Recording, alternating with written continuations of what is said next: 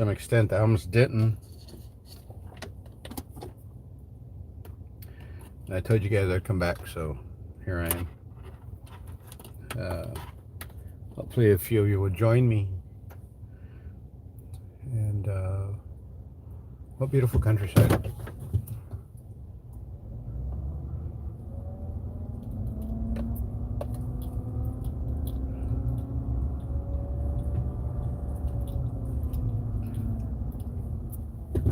So they, hey everybody. See, I was talking to one of the gentlemen here at the church, and as a matter of fact, it was the guy that was giving the lesson this morning. I told him, I said, yeah, he was asking me if I was going to come over and join fellowship. I said, sure. Darn it. He says, I told him I was a live streamer. He says, yeah. He says, I saw your phone poke up over the pew there. He said, yeah, it was when you were talking about the plant. I wanted everybody to see the plant. So then he announced in fellowship just a little bit ago. Told everybody, for those of you unaware, Frank is a live streamer, and he streamed the sermon this morning, for those of you that are unaware. So I don't know if that's a good thing or a bad thing, but I guess I just got a little bit of notoriety for being a live streamer, streaming the sermon this morning. That's kind of cool. Hey everybody, thank you all for being here. It's nice to see that you guys decided to come and spend a little bit of time for the moment. I guess one of the biggest things that I'm having a hard time trying to comprehend right now is this major derailment over in Ohio. It's appalling to me to see the different videos, the different takes from people, all sorts of people. I'm not going to say independently conservative or independently whatever you want to call the other side. It's coming from both factions, and people are very upset, very peeved about the lack of recognition, if you want to call it that they're getting in their area of the world. My personal opinion is they're kind of in dire straits over there.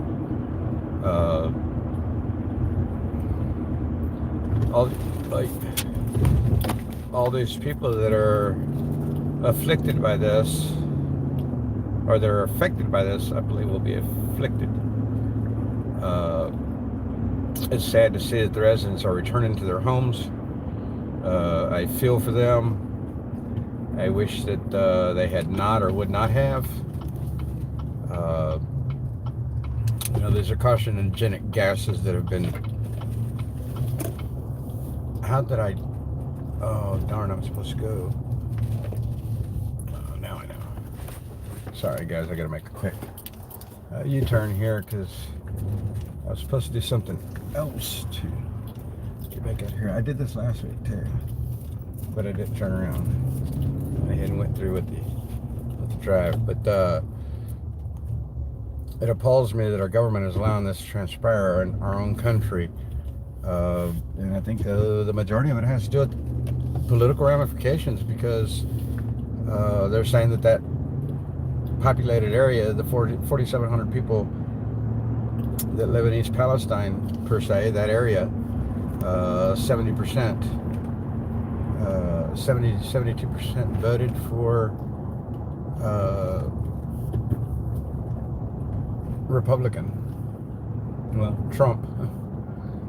And it's a shame that they're not giving them any kind of help when they refused FEMA at the beginning. Of course, now they've made a jump on that just because President Trump decided to say, hey, I'm going to visit East Palestine on Wednesday.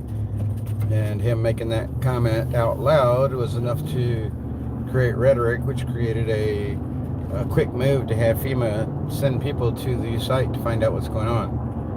It's shameful, in my opinion, that it took a comment from the former president of the United States. I believe he's still the president of the United States, but that's my personal opinion. Nevertheless, it's still unbelievable that it took something like that in order to get a reaction from this regime that's in office right now, taking up my Casablanca.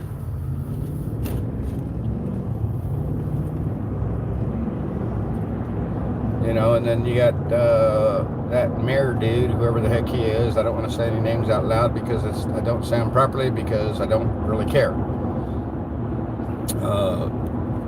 Yeah, the transportation secretary, y'all know who I'm talking about. Pretty appalled at his...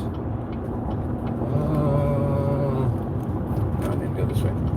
Pretty appalled at his lack of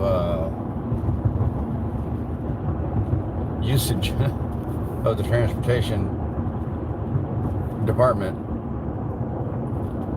And I mean, even he's not going over there or saying anything bad about what happened over there, and that's ridiculous.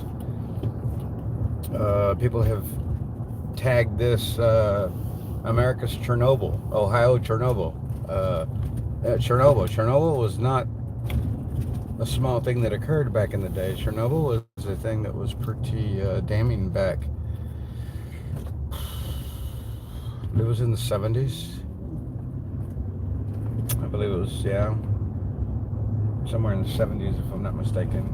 I believe it was during the Carter administration. I'm not 100% sure about that, so don't quote me. It's a lot of Rolodex I got to go through in order to get correct dates and stuff like that. And I know all this stuff back then. I mean, for those of you that have often wondered or thought, how long has Frankie Bobby been awake? The 70s, guys. I saw the damning of our country from the Carter era. That's what I remember the most. I remember going through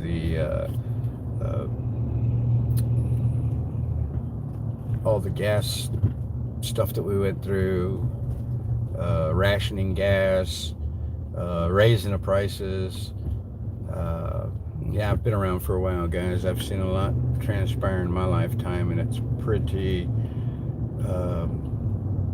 amazing, and at the same time pretty shady.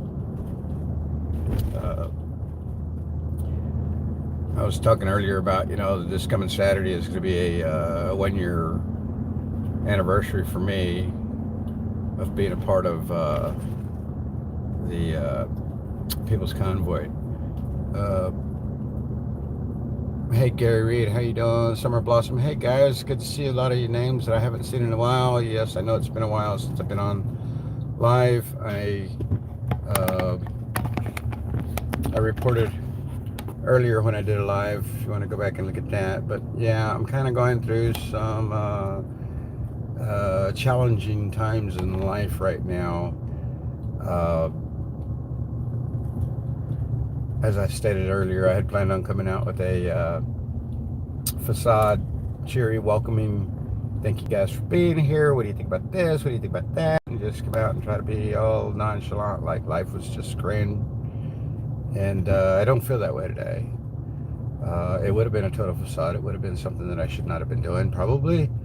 Though I do find myself in these positions more than not, putting on the facade and trying to act like as if life is normal. I think we all have a tendency to do that often in our lives, sometimes more than what we want. Some of these things that I'm dealing with right now, it's an emotional struggle, it's a mental struggle, and I did ask earlier, those of you that are listening, I did ask earlier if you would say a prayer for me, maybe continual prayers as the week continues. I'm not in a good frame of mind. I won't get into the details. There's things that I need to work out. It's more personal than anything. Things that I'll need to work through, work out, get through. And it's difficult. For me, I've said this a couple of times recently. For me, it's always easy to give advice, but it's never easy to take it and use it, of course. Extremely hard to use that advice that is given, even if you're willing to take it. I give advice all the time. I have a hard time following other people's advice, not because I don't believe it. It's more of I'm not that type of person. I don't ask for much in life. Never really asked for much other than through God. I always ask Him for things, and sometimes I get them, sometimes I not. Sometimes it's the answer, sometimes it's looking for. We deal with those things all the time. I do, and all I can continue to do is place one foot in front of the other and keep moving forward. I can't stop. Due to the simple fact that this is called a movement. Movement does not mean stand still. Give up doesn't mean to stop. It is a continual movement. I saw somebody earlier had written in my chat that they would like to see me downtown at the J6 Vigil. As I was saying earlier, I've had intentions of going down there. I don't know, I think it's like right around 70, 80 miles. I'm to understand they're supposed to have something going on downtown DC right now. I should head over there. But I don't feel like it, guys. I'm not me right now.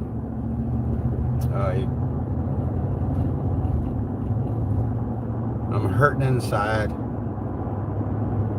I'm dealing with it. Maybe one day it will come to light, but right now it won't.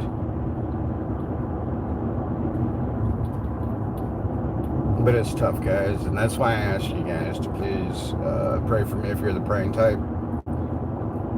Just keep me in your prayers that I might deal with these things that are troubling to me right now, mentally, physically, or not physically, but mentally and emotionally.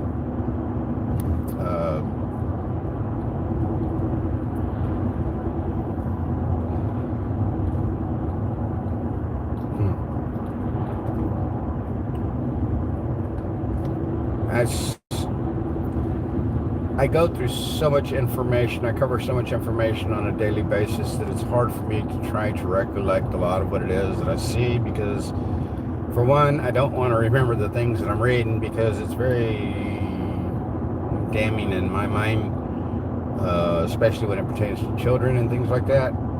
So I have a hard time with retention on those things because I try to cast them back out of my brain just as quick as I read it. Sometimes I'll be reading something and I won't even be able to read the whole part of it, or watching a video, I won't be able to watch the whole piece of it because it's just too negative and too outlandish. You guys know how I feel about negativity, and it's hard for me to follow those things that people are doing to our poor children, and it hurts me. It hurts me so bad. I saw a couple of things where a man attacked somebody for raping his 5-year-old child. I mean, how does somebody get in the position to be raping a 5-year-old child to begin with? But if I were that dad, the guy would have died. I would have been held accountable for that.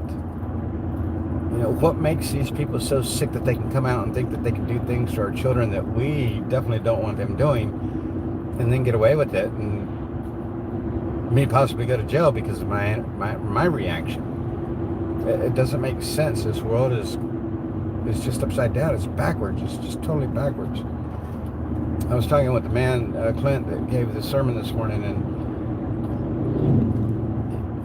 you guys know that there's a separation of church and state. So the churches aren't allowed due to their classifications, whatever. I am not 100% sure. I just know they can't talk politically, and that is kind of a hard thing. I expected to hear at least one person mention something about Asbury University here at church today. I think I mentioned it earlier, and or I mentioned it to my friends back at the house. that I wonder how many people are going to be speaking on Asbury, the revival that's going on over there. For those of you that don't know, I attend the Church of Christ.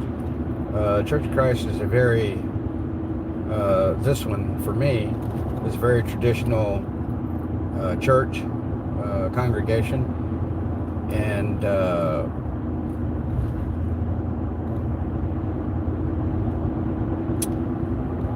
in my personal opinion, the Church of Christ members have a hard time dealing with other denominations, or even non-denominational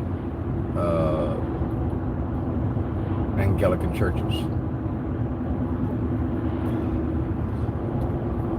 Even though I was raised in that atmosphere, I know that the one constant in life is change. I'm not going to change my beliefs for others. I'm not going to give up my beliefs for others. I will continue to believe and feel who and what I am by my own principles and morals that I've grown with through the years as a 50-plus-year-old man. But I have a tendency to see that not just one particular individual or not just one particular denomination preaches on the Word. I go to church to learn from the Bible. I don't go to church to learn from man.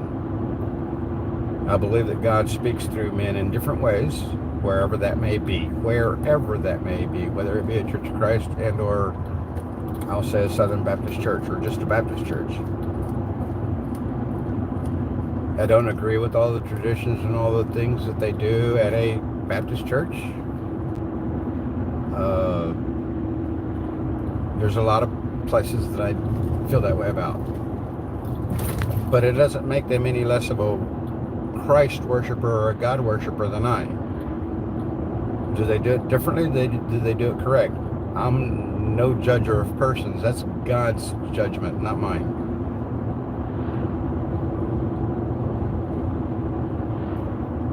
I don't feel comfortability when I go to other congregations. Not that I'm looking for comfort. Maybe some of you would understand what I meant when I said comfortability. I'm not looking for complacency. I'm not looking for a different way of teaching. I know the way that I've been taught works. It works with me. It works with my family. All my family was raised in the Church of Christ. And those that still attend, may not be all, but it's several. And yeah. So I'm not going to change who I am just because somebody expects me to be somebody different. That doesn't work anymore. Again, the only constant in life is change. But there's a lot of things that a person should not or could not change, maybe even if he wanted to, I would say out loud, because it is inscribed, it's scripted in his body and his mind and his soul and his spirit. That's what he needs. That's the comfort I'm talking about. When I attended, I think I went to five or six different churches of Christ here in the local area. There's that many, yes. To me, that's a little bit strange to see that many in such a small area per se. We'll say within a 20-mile radius. And for the 5 churches of Christ that I went to, I didn't feel anything. I didn't feel like an outcast. I didn't feel like I wasn't wanted there. But I felt like I wasn't comforted being there. I wasn't comfortable being there. I wasn't comforted.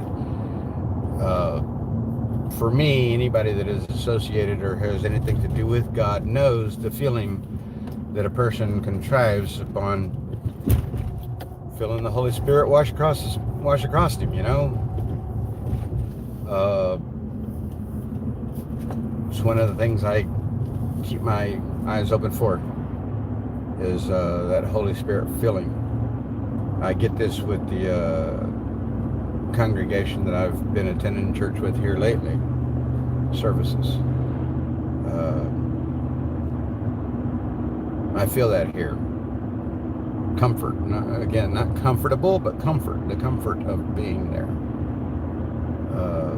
Being in the church, in the house of God. I know I was taught as a youngin' that I am the church. My body is the temple of Christ, is the church. And you'll hear me say, going to church services or hanging out with the congregation, or every once in a while you'll even hear me call it the church, when I go to church. I've always tried to keep that clear, that it's not just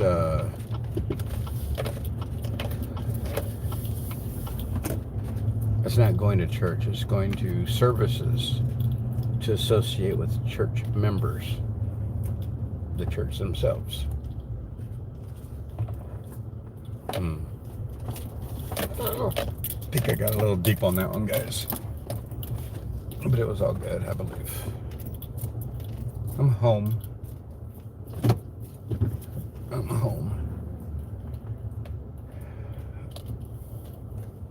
Not sure what I'm going to do today. I really need to get started on my trailer. I haven't done anything to my trailer. Past couple of nights have been pretty cold. My trailer has remained warm. It's been comfortable. I'm not complaining. Thank all you guys for being here. My goodness, I haven't seen a few people on here like this in a while. Thank you all. Thank you for coming and hanging out with me this afternoon. Like I said, I just got home. I'm charging my phone because it was almost dead.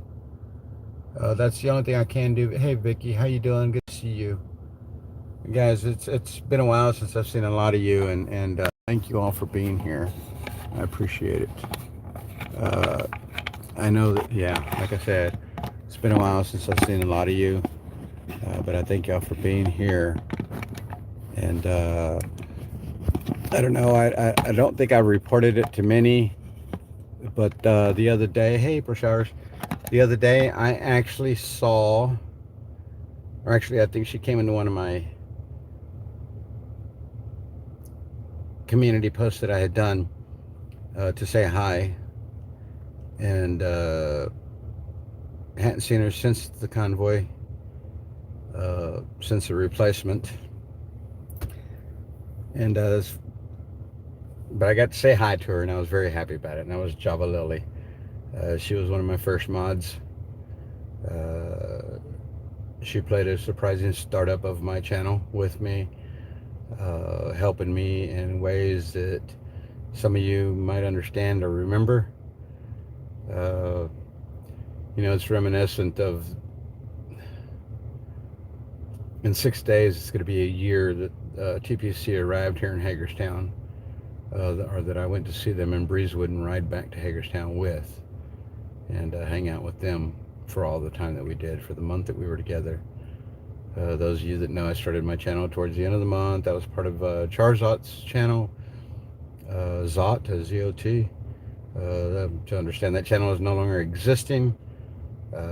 Feel kind of bad about that, but there's not much I can do about that. People will do what people want to do. Adults will be adults. It's just how simple that is. Oh, thank you, Gary. Rick Rec. Hey, Rick Rec. How you doing, bud? Life is just a bowl of cherries. Ricky says, no, life is just a bowl of pits. I'm not sure, but come on, I can't see my phone. You got that right, Gary, and I always will. Not sure, but I think I have to give credit to Mountain Bro. That much light. Yeah, I hear you. I hear you, Rick Rag. Thank you, Tommy Temper. Hey, Tommy. Hey, Mags. Good morning. Thank you. I appreciate it, Mags. It's good to see you, man. Is there a lot of channel missing, Gary? I'm not sure. I don't understand what you mean by most of your channel is missing. Hey, Private Eye, how you doing? Donnie, guys, how are you guys doing? It's been a while since I've seen a lot of you. Started crashing my head in '73 when I was just starting my teenager. I know, Rick. See, you were starting your teenage, and I was still in my middle school years. Well, in '73, definitely not my middle school, but yeah. Uh, but we've seen the world, how much it's changed, especially since the Carter era.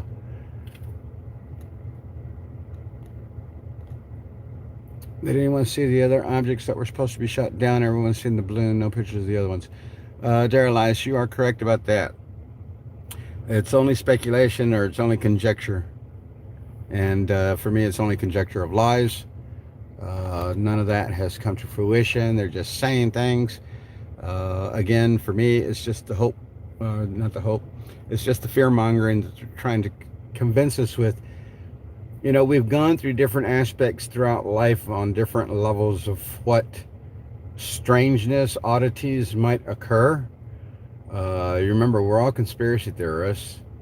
At least that's what they used to label us. Now that I don't think that they can label that anymore, because in order to be a conspiracy theorist, you have to have conspiracies, and these aren't conspiracies. These are all factual events that have occurred. They're no longer conspiracies. So, yeah, that's something to look at or think about.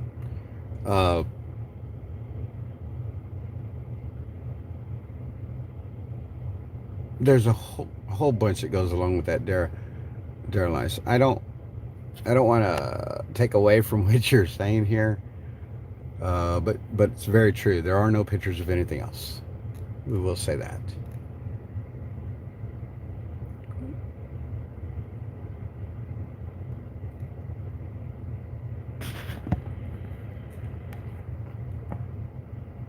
Is going where? To Ohio? Trump is going there on Wednesday. Derelice, no. Not 100%, no.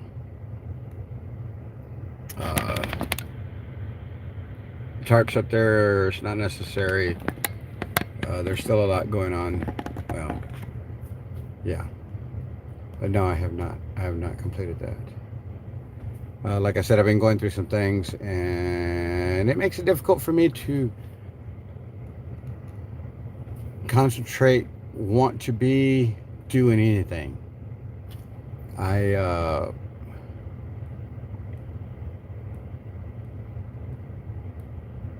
taking care of me right now. I think it's very important that I do that. You know, I tell a lot of people, again, some of the advice that I give, I'm not willing to take. I tell a lot of people, you know, that if you can't take care of yourself, how can you expect to take care of others? I lived by that for many, many years. Okay, well, let me rephrase that. I did not live by that for many, many years, and things didn't work out the way they should have, could have, possibly, because of that mentality.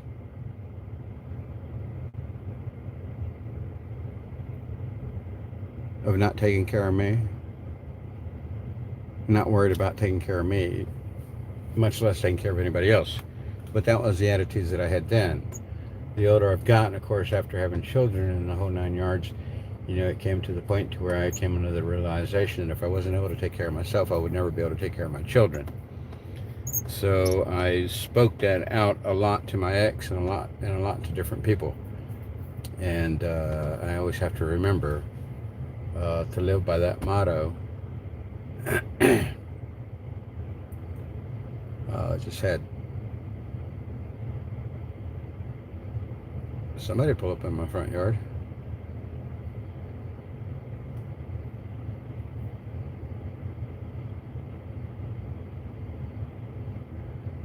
And I don't know who they are, but it looks like they're just turning around. Yeah, okay. So the perspectives that I have on a lot of things is usually different than others. And a lot of that has to do with my upbringing.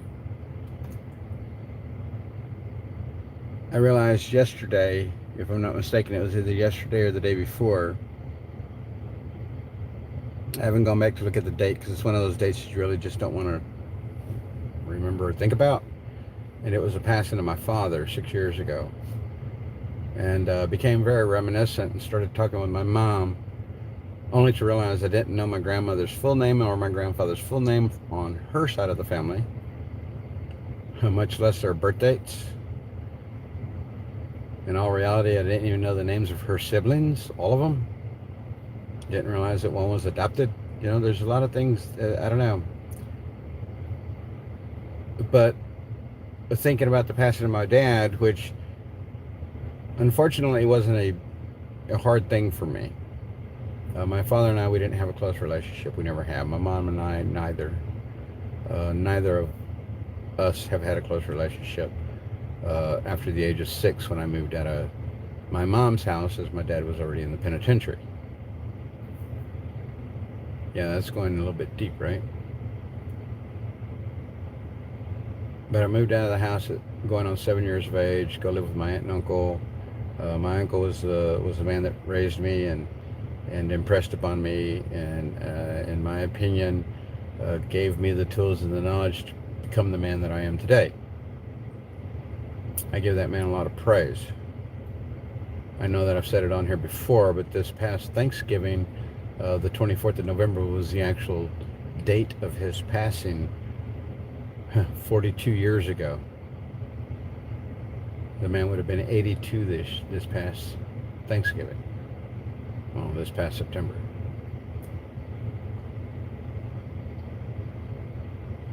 And I think back about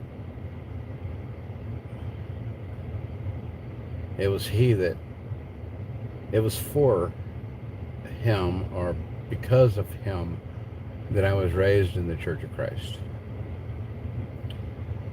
When I moved in with them at 6 years of age, we went to church every Sunday, twice on Sunday and once on Wednesday, and any other activities that may be happening throughout the week, if there were any. Singing at the funeral home, not the funeral home, singing at the old folks' home, just basically whatever was going on, we were usually involved. The 5 of us, Uncle and St. Connie, my brother and sister, cousins, Wayne and Sandra, and myself. It was always the 5 of us. So my relationship with my mom and dad is not that great. Kind of gives you an idea of why I didn't know my grandparents' birth dates, much or full names. My grandfather on my mom's side, we shared a birth date, July 15. Of course, his was 1924, I believe. Mine is 1965, so yeah, there was a few years in between, 41. But yeah. One of the other things I found out later in life after her passing was that I was considered, quote unquote, the favorite grandchild of my grandma, my mom's mom. And all my life I never knew that. All my life I never knew that. My grandma passes and my mom shares the info with me. Had a hard time dealing with that. I got very, very PO'd at my mom. Very distraught with her for having done that. Having held that information from me all those years, knowing that that's the way my grandma felt about me, and I didn't know that. And I had been to visit her on numerous occasions throughout the years, but it wasn't like as if I tried to keep a close contact with her, and I'm pretty hurt by that because I would have liked to have had a relationship with somebody on my mom's side of the family other than my brother and sisters. And those relationships are minuscule to some extent as well.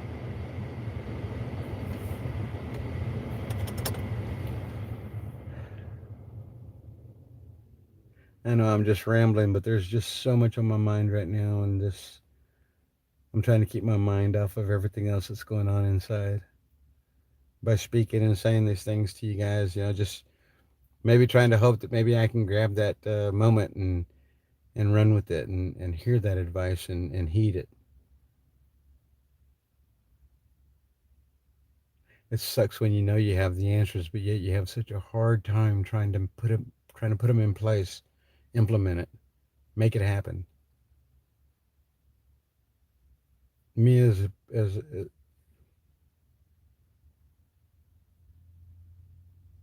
me as a God fearing, God loving, gun toting American, I guess you could say it that way.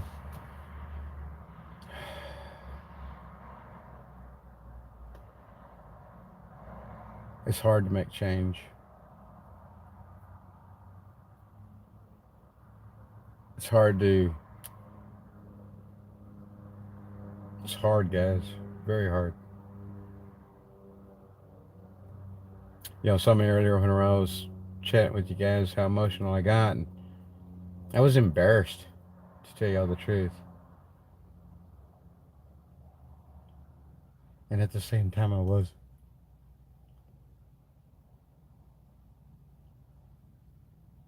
But I hurt for those people that are hurting. I feel that. And it tears me up inside. And there's so much more going on inside that I wish I could share, but I can't. Actually, I don't wish that I could share. I wish not to share it. I just wish that the burden would be removed so that I wouldn't have to continue to deal with it like I'm doing day after day, week after week. Yeah, it's almost becoming month after month. And I shouldn't be in this position, guys. I shouldn't be here. I shouldn't be here dealing with this. I had so much going for me, and I let life get in the way. But doesn't it always?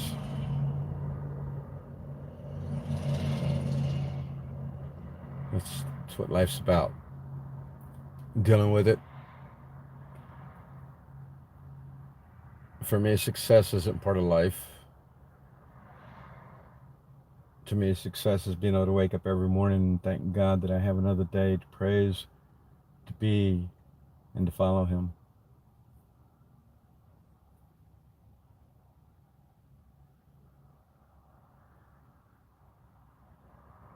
I talk to you guys and I tell you how faithful and how strong and how loving my God is, and how I feel Him working in my life. And I don't share the times whenever, like now, I don't feel like God's working in my life, though I know He is. Don't get me wrong, guys. But I don't feel like God's working in my life because I'm struggling. I'm hurt. I'm definitely hurt. And I know that life's going to go on. It is going to stop.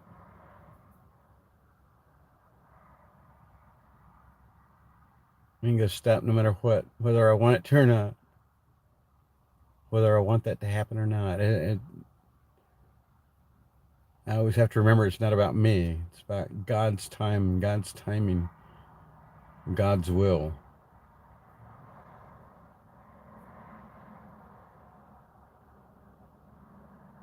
I hear myself say that out loud, and I feel like a church-going guru. And there's nothing wrong with that. I just say that out loud because I don't think I've ever, quote unquote, preached about God as much as I have since I've been associated with TPC, with you guys. Uh, not outspoken like I am today. So out of everything that any of y'all ever get out of anything that I may have ever said or be saying today, always remember God works in mysterious ways. He's got me confessing out loud, speaking His name out loud, going to church, hanging out with fellow church members, things that I haven't had in my life in a while. Back in '95, when I moved to Warrenton, we had hooked up with the Church of Christ there in Warrenton, Virginia. And my quote unquote living girlfriend at the time and her two children, and wound up pregnant with my firstborn, and then we joined the church over there. Uh, my wife was baptized, my ex, she was baptized. Uh, our two older kids were. I was rebaptized with her as a covenant to our marriage.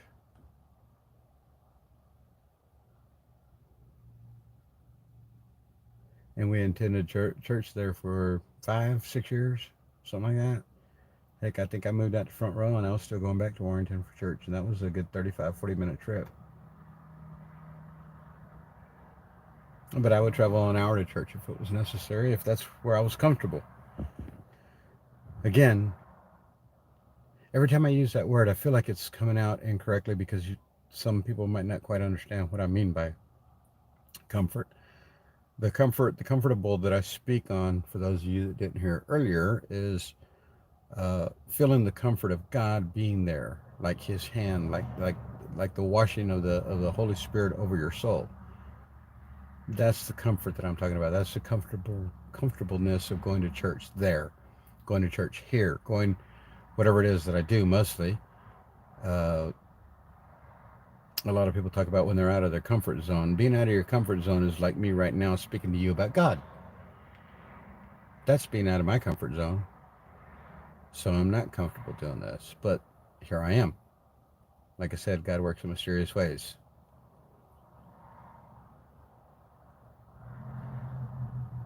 Now I feel like I'm just speaking in circles. Go figure.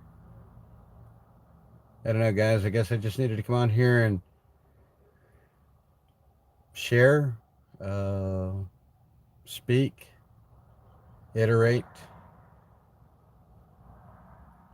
speak about the things that I'm going through without speaking about the things that I'm going through, so that I'd feel a little bit more alleviated with the burden that I'm bearing right now. Pray that God might remove that burden from me. It's tough. Nevertheless, as the saying goes, I will survive. God's promised me that. I will survive. It's pretty crazy, you guys getting a double shot of Frankie Bobby today. I don't even know if I put it in the channel yet, guys, but for those of you that might want to know, I do have a Twitter account now. It's FrankieBobby65, at FrankieBobby65.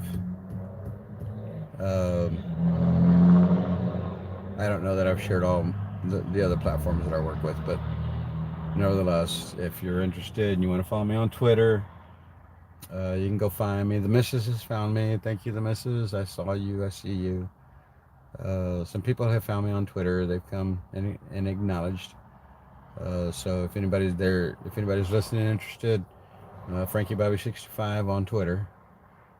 I do have two accounts. The other one is, I don't want to say my personal account, but it was set up as a personal account back in 2012, I think it was. I never used Twitter. I couldn't even believe that I had an account that was built back in 2012 or made back in 2012. So I've had Twitter for a while. I just didn't know it, or didn't use it. I wasn't interested in it. And yeah, go away, go away. I get so much junk coming across my phone anymore with all these accounts.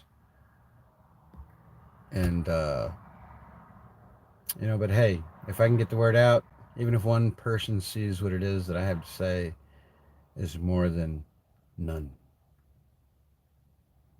And I hope that I could reach more than one. Hope that any of us could have. So what do you guys think about me thinking about going down to Asbury University down in Kentucky. I think I believe it's 7.5 hours from me.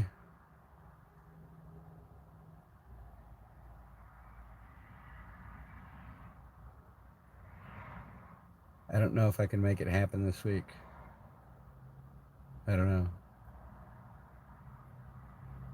I thought about going downtown DC to see what was going on down there. I'd heard, I don't remember exactly what it was that I heard, but I heard that they were having some kind of a protest down there. Hopefully the protest goes well. Uh, it's a conservative protest from what I'm understanding. I don't remember exactly the details of it, guys. I'm sorry. Like I said, I just have so much of this other stuff on my mind. Uh, uh, East Palestine. That's about 3 hours from me. Uh, Almost fortunately to the northwest.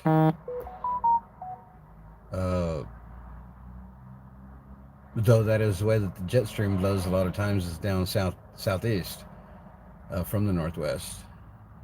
I think we got fortunate though, and I hate. Please don't take my words out of context, guys. Uh, I hope that I guess we got lucky enough that the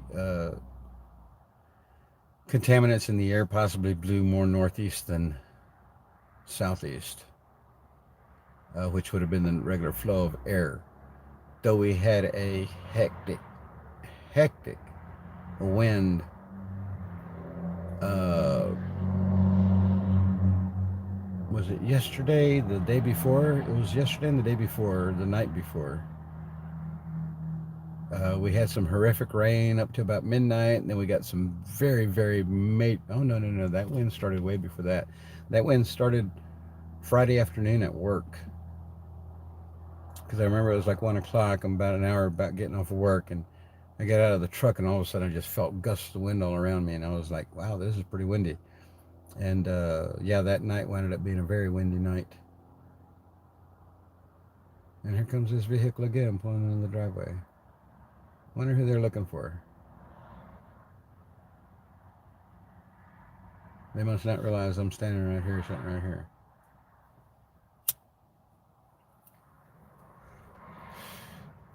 Guess we're about to find out. Or no.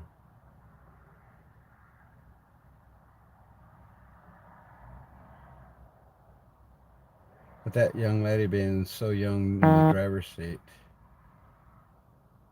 that might be mom just teaching her how to drive. And ladies, you're more than welcome to use the driveway for that, I guess. That's kind of weird, though. A couple of times now they've pulled in the driveway. I have no idea who they are. Stay true to yourself and your beliefs. Yes, Vicky. I wish I could be like you, but religion won't work for me as long as you're good for you. That's what matters. Thank you, Gary.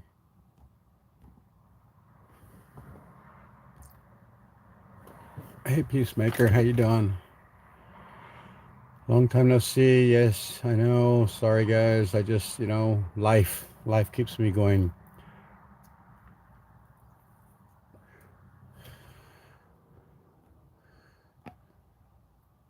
I will say this. She's occupied. She's living in her trailer.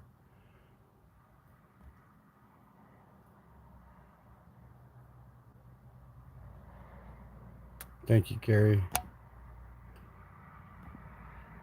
Hey, hi, Tara. Vicky, I haven't been down at Patriot Q's for a while. The weather could have been bad over there. I didn't want to get stuck there as have to be, I have to work.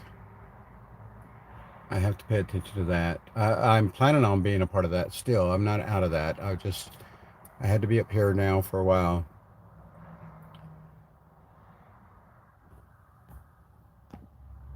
Thank you, Gary. I tried, Gary. There's a lot going on. Oh, thank you, guys. Thank you, Patricia, Nancy.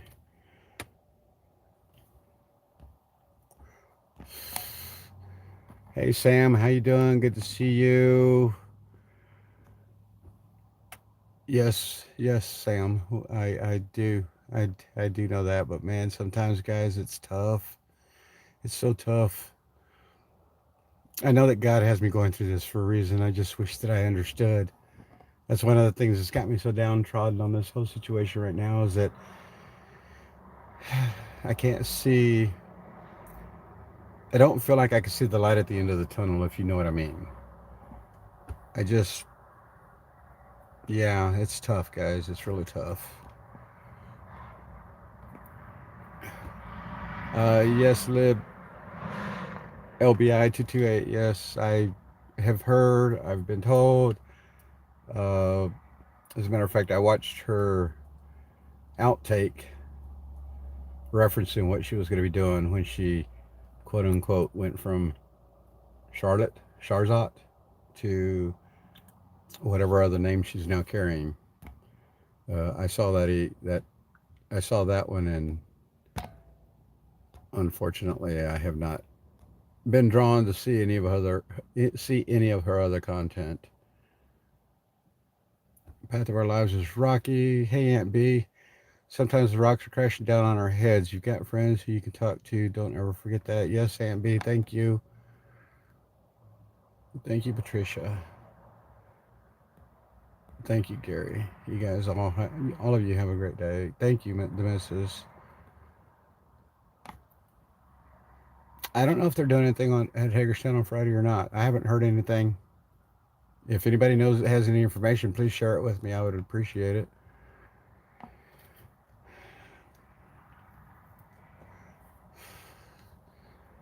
Oh, Aunt B. I've offered you opportunities, Aunt B. Go to Asbury and stream. I think that would be kind of cool. I'm thinking of I'm thinking about taking a day off so that I can go down. It's going to be a little bit costly, but I can afford it right now. Thankfully, God has me covered. I know that if I really wanted to go, I could make it happen. I almost took off yesterday afternoon on a couple of different occasions. I said I could be there by 6 o'clock this evening, and I didn't. For one, I knew I was going to church today. I wanted to go to church today, and that was a prevailing thought process that I had, was that I wanted to make an appearance at a place that I feel comfort. It's hard, but yeah. Hey, Lumaldonado, how you doing? Happy Sunday. Good to see you, my friend. It's good to see all you guys here. It's been a while since I've seen a lot of your names in here, and I'm very happy that you guys were able to come over and share some time with me and listen to my frustrations and the things that I'm going through to some extent. But yeah, I do have an overwhelming pull to go down there because I've been paying attention. I haven't really watched any of the live. I've seen live streaming. I've seen them, singing and rejoicing and having a good time and doing the things that they're doing down there. But I haven't really like just sat down to watch what's going on, listen to any of the speakers or anything like that. I'm to understand it's totally unorganized. There's really no organization to it. It was just a revival that popped up out of nowhere. Started on a Wednesday, I believe it was 10 o'clock in the morning or something like that, uh, a week and a half ago. And it's grown. It's growing, continuing to grow. I remember when they were talking about they had 1,000 people there, and the next thing I heard they were opening up a second building, and then they were opening up a third building to house the people, or to have the people come in and worship and do their things and things like that. And now I hear another college or university or whatever league, I believe it's called League, down in Tennessee, is doing something very similar to the revival in Asbury. And I'm to understand there's some other local school in that area that's trying to do the same thing. And I mean, that's where the Bible Belt. So, of course, that's where a lot of that will transpire, or can transpire the biggest. But I heard this morning Asbury was up over 10,000. I believe they said something like 10,000 people were now there. It was insane. That's crazy. You think about it. Uh, a revival in the United States of over 10,000 people. That's kind of significant and substantial. Does anybody know if it's being reported on the mainstream? I doubt it, but possibly. I don't know. I know that some of the other Steve Bannon, the War Room, and all these different conservative sites, more of our mainstream, more of our own mainstream media that we have, if you will, has been reporting on it. And uh, I know that Christina the other day went and she had typed in hashtag Asbury. I don't know if she typed in Asbury University or if it was Asbury Revival or what it was, but there was a hashtag that came out, and I think it just started with Asbury, and then you had a lot of selections that you could choose from under the hashtag on the Twitter account. I believe hashtag Asbury was even trending on Twitter a couple of days ago when we looked at it. So there's info out there. Uh, like I said, I keep getting this feeling like I should go down there.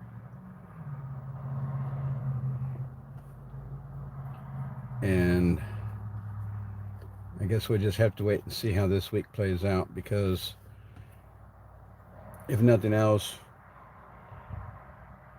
I don't know, we'll see. Uh, this coming weekend might be a weekend to do that. I don't know. We'll have to wait and see. Unless I did take time off work. I don't have a lot of time I can take, so.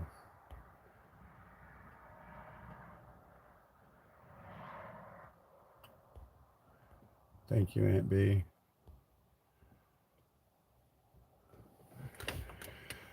Let's get through it and come out the other side resilient, strong, and even more amazing than you already. Oh, thank you, Patricia. That is such kind words, guys. You guys are too kind. I appreciate all of you that share your chats here in the live stream. Life is hard. I lost my mom. This is Rick Hammond. Life is hard. I lost my mom last July. Two of my cousins last April and my oldest sister last December. Oh my gosh.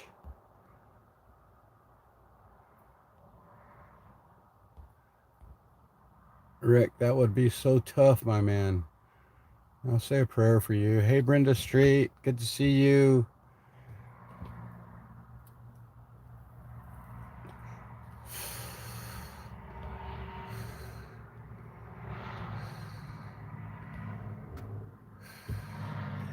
Lions go all the way around the block just to get to the Lord is moving bigly there. It's amazing. Yes, it is, Peacemaker. It's very amazing. We're all family here. Frankie, we're here for you. It's funny, guys. Sam, thank you for that comment. Sam, it just sparked something that was said at the church building earlier with the guy that gave the sermon this morning, Clinton. Just so you guys know, thank you, Lou. Just so you guys know, the church is presently looking for a new preacher because they lost their preacher in September in an accident. And they've been looking for a new preacher. So men of the congregation, I want to say deacons and or elders, have been given the lessons. It's like every 3 weeks, I think there's 3 men that are doing it. And they have found a guy that is from this area, from what I'm to understand. They found a guy that is from this area. He pretty much lost everything back home where he's at due to flooding, I think is what I'm to understand. He's presently staying with one of his children that he raised here in this local area. That's the way I'm understanding the story. I'm not 100% sure about it, but that's the way I understand it. And anyway, he's wanting to come back to the area because he has more family here. So they're trying to work with him and see if I guess it's more of a compatibility issue than not when a preacher comes in, because they come in, they're housed, uh, and they preach. They carry the congregation, help carry the congregation. So yeah, I pray that the church gets a regular preacher. Uh, a lot of times, at least me growing up in the church, it was that the preacher, his sermons were almost like as if they carried from week to week. It was like a lesson turned into a lesson turned into a lesson. And I pray that that's the type of preacher that they get here, because to me, growing up, that's the way I was taught, and it was understandable. So, yeah. But I think God will watch over all of us. He's definitely watching over us. I'm still concerned for the people in Ohio. Uh, Pray blessings upon all the revival and everything that's going on down in the southern end of the U.S. right now. That it may continue to grow and expand and invite more people in. I guess the biggest thing that I'm feeling from that whole ordeal right now is that the majority of it is Gen Z, is what I'm hearing, the Gen Z generation. So that's a beautiful thing to hear. Some of those children are the children that we raised, those of us that are of my age or younger. A lot of us raised those children. Again, I'm yeah, I think she's learning how to drive. I'm my youngest child was Gen Z, and my older three are millennials. But yeah, it's beautiful to see the younger crowd being involved in the revival that's going on down there. And I pray that a lot of those people have received the guidance of God and their families, and pray that they are doing what's right. I believe it's right. And yeah, but I thought I'd heard people talking about the revival going on down there, but nobody in the church mentioned it. I brought it to somebody's attention and nothing was said about it. So I'm curious as to whether even people really know what's going on. How many people don't really know?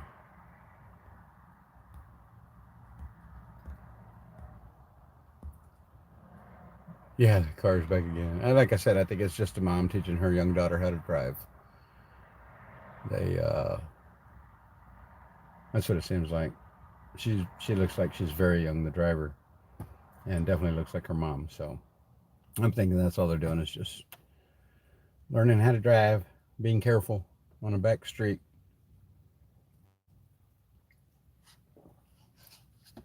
There's pretty much a back street here uh, that runs back that way and goes back over there.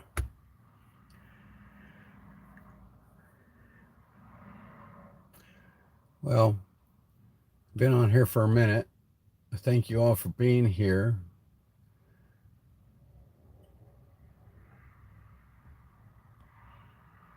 Uh,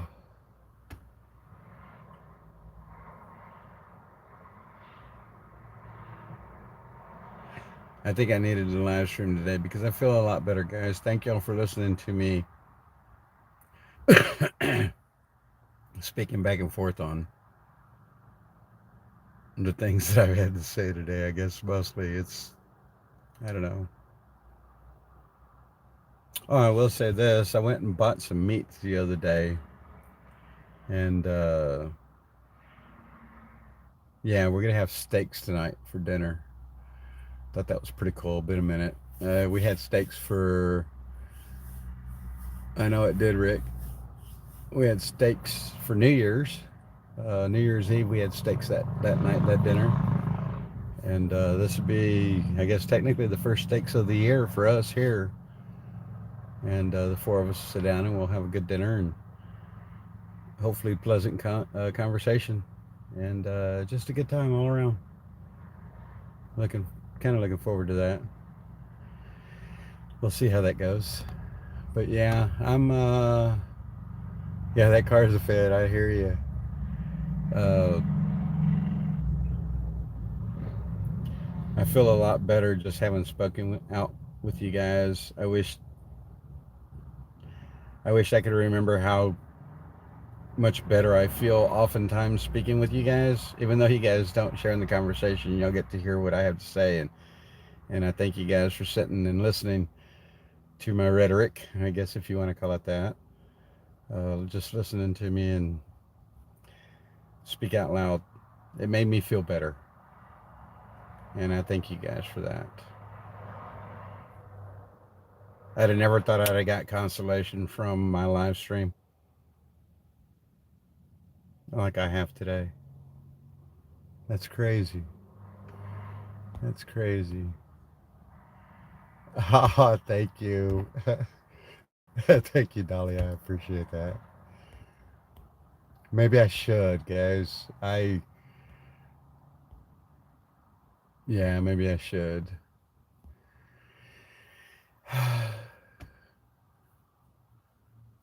The cover's way blown, no doubt. But thank you guys for being here. Thank you for listening. Thank you for hanging out with me. I see I've got 88 people watching right now. That to me is incredible.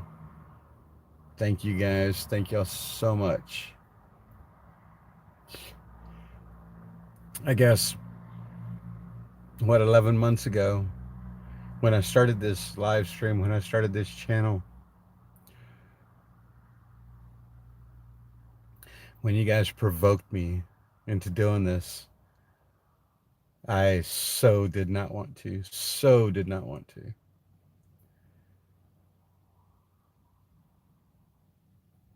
Y'all kept impressing it upon me, and it's become reality. And I never thought in a million years that I would meet or that I would know people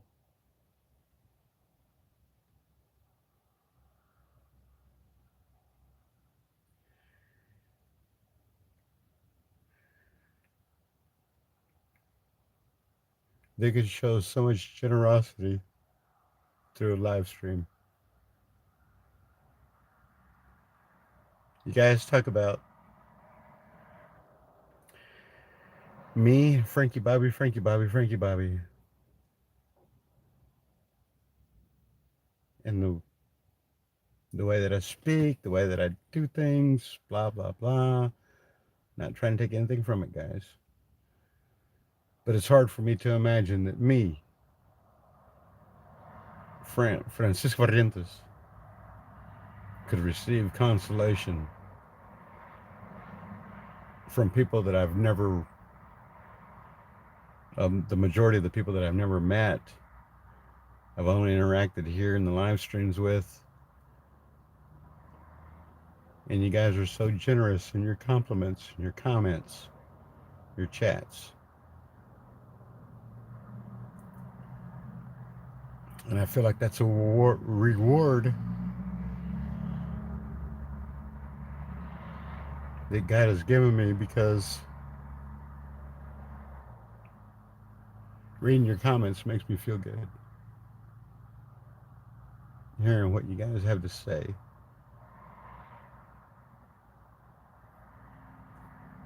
brings me back to reality and lets me understand that I'm just as human as all the rest of you.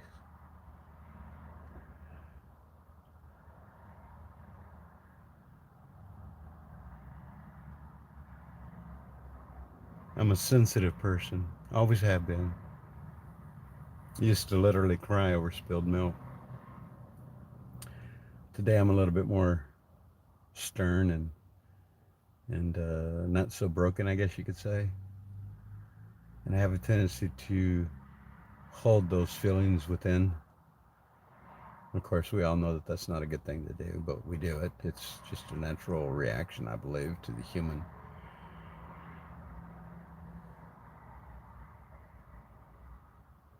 But I feel like I relieve those feelings without even having to say anything about them. Just by being able to speak out and speak to you guys and see what you guys have to say in return. And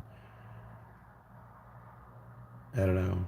It's rewarding, guys. It really is to have people like you on the other end of this live stream willing to chat and willing to comfort and be kind.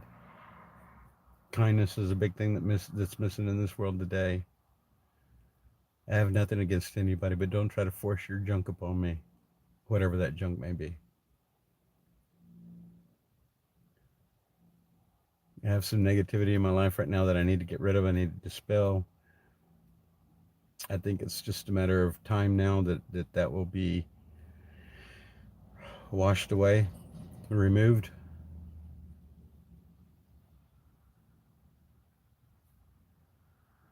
I think once I get to that point, things have changed a lot for me. I am planning on doing a full regular live, more than likely, as I'm going to be working on the floor of my trailer. That is a 27-foot Adirondack, and I'll be replacing the floor in that, hopefully before too long. I don't want to try to do it right now because we're still in winter time, even though it's 57 degrees out here, which is unbelievable for February. And West Virginia, Virginia area. It was 73 the other day, and it was like, are you kidding me? Where in the world did this come from? Thank you, Lord. It's beautiful. And then it got cold over the weekend. That was crazy. We had such high temperatures this past week. 50s, 60s, and 70s, literally. And, we're having lows in the 40s and 50s and 60s even. And Friday, I think I was coming back from work, and it was like, Friday I was at work, and it was like 63, 65 degrees, something like that. And I was in a t-shirt, because it was warm. And by 1 o'clock that afternoon, wind came blowing in, and man, the temperature dropped like 5 degrees, 6 degrees in a matter of a few minutes. And then on my way home, I think the temperature dropped 12 degrees overall in the hour drive that it took me to get back home. So we were back down in the 40s by the time I got here. And that night it got down to like 13 outside, I think it was. It was cold. The wind chill factor was like at 9 and 11. I remember seeing that. And then I think the low that night was only like 22, but we had so much wind. It was unbelievable. And then, here we are today. Or yesterday it got up mid 40s. It got down in the 20s again last night. It's only supposed to get down to like 39, 40 tonight, I believe. It's supposed to be back up at like 59 tomorrow, which is fantastic. So at least I get to go into another work week. It's going to be halfway warm. That would be pretty pleasant.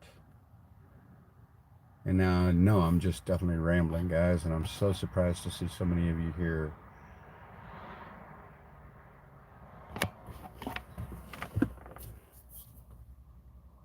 No, Daryl, it is not done. The best views come from the hardest climbs. I've heard that before. Thank you, Patricia.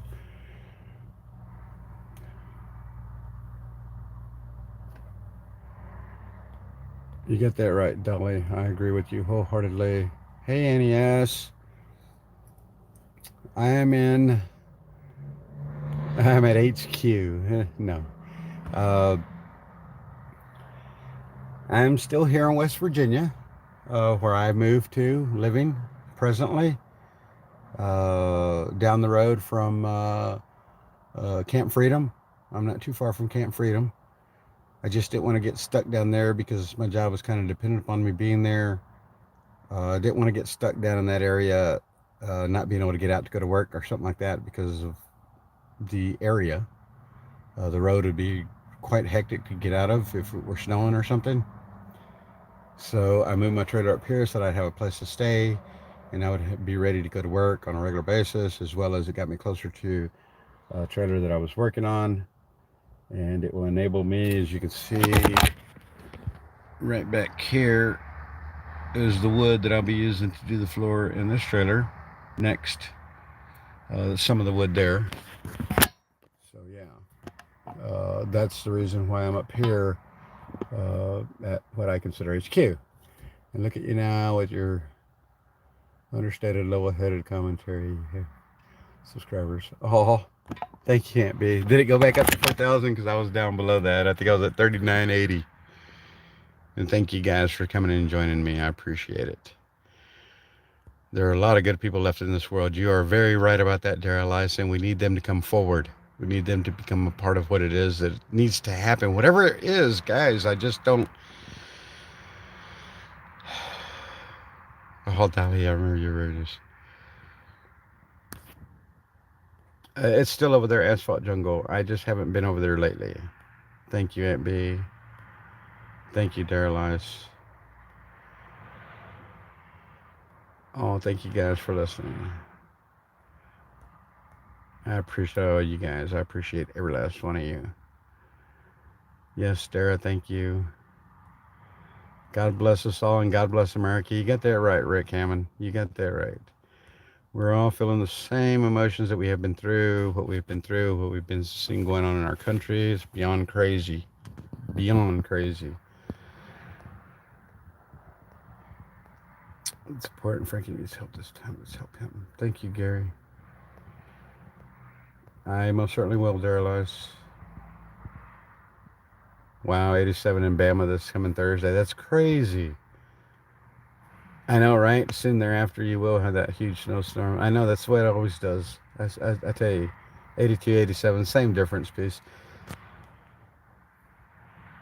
Well, hello, Claire Pelletier. Thanks for being a new viewer, and thank you for the love. Right back at you, girl. All of you. Hey, Schmack, how you doing, bud? Oh, thank you, Vicky.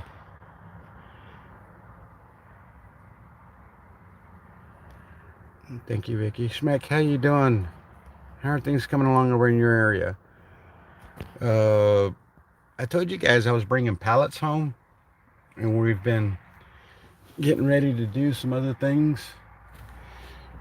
Let me walk you over there real quick. I'm gonna go show y'all. When I tell you I brought some pallets home, I brought some pallets home, guys. It was quite the ordeal.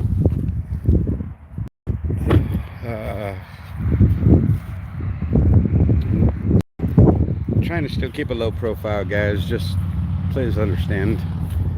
We're not looking for the crazies. But as you can see, brought all these pallets. We're breaking them down. There was a whole lot more than this. This is just a few. All that wood right there, which is approximately 3.5, 4 feet, about 3.5, 4 feet tall, give or take, is right here underneath this tarp. Is all these individual slats, individual 2x4s that came off all these pallets, breaking them down and stacking them up and getting them ready so that we can build a chicken coop. But yeah, so we got a few pallets here. These are some pretty good pallets. You can see they have these pink marking on them. I work in the HVAC industry, and these pallets which are used to carry 4 units at a time into the, wherever they're moving them to, from tractor trailer. And whenever I get them, I offload them with a forklift, put them up on a loading dock. They get put up in the hoist elevator. The elevator takes them up to the floors that they're needed on. I get the pallets. Otherwise, they just throw the pallets away, so I may as well bring them home, right? They work for me, for what I need. And that's what we're doing with those. It's a process, like everything. It takes time, probably more time than what it's necessary, but we're not out here trying to kill ourselves. One of the things that I keep mentioning, or I kept mentioning, and I've been mentioning to my friends around here with me, is that I feel like God has got us in preparation mode to prepare for us to come. What that is, I don't have a crystal ball, guys. I couldn't tell you. I don't know. All I can say outright that would be understandable to the majority of you using discernment. We don't see all these food processing facilities, these chicken farmers, or the large chicken farms, uh, farms, period. Uh, Everything. We don't see, or we see the damage that is being done to our food processes, whether it be quote unquote the avian flu, some other silly bird disease that they can come up with, or whatever it is. But I know personally, I have read so many articles, just, I'm going to say within the past 2 years minimum, of all these plants that process foods, all these farms that grow this food. Uh, I hear farmers saying that they're being told to destroy their crops. I'm hearing farmers saying they're being told to destroy their hog farm because their hogs are infested. I've been seeing farmers talking about just so many different things. Not to include the pricing of the things that they have to use in order to accommodate us in our livelihoods, whether it be through ethanol gas, which I don't believe in. I don't agree with that. I watch a lot of farming videos. I'm not 100% on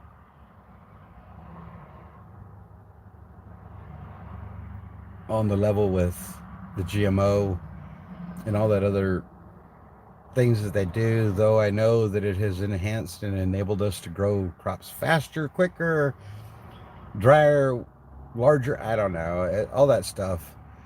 Uh, is it supposed to be that way? I don't have the answer to that. The answer that I do have for that, or to that, to try to accommodate it, I guess you could say, God did not give us the intelligence and the know how to do the things that we're doing today to modify that corn or modify that soybean. I feel like God has given us that knowledge to use, whether it's correct and or incorrect. I am, again, I hold firm to my belief that I am no judger of persons or things, Uh, I have a hard time trying to settle that in my mind. And at the same time, I have to think back that God did not give us the intelligence that He's given us to not be used. And I just pray that God has given the intelligence for this GMO thing, whatever it is, a modification of seeds, blah, blah, blah. I only hope that it's for the better. I do know that other things can be done to it because there's just so much in technology today that they could take us down with it, almost because we're dependent upon it.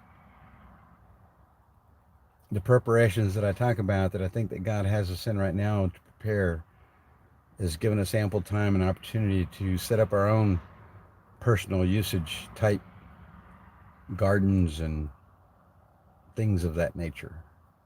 Whether it's true, I don't know. I truly do not know. But I continue to see the things that are going on around the country. Like there was a plant that blew up in Italy. another one, was it Germany, I think, where another plant has blown up and releasing toxic fumes. We had the one down in Texas, Katy, right down the road from where I used to live.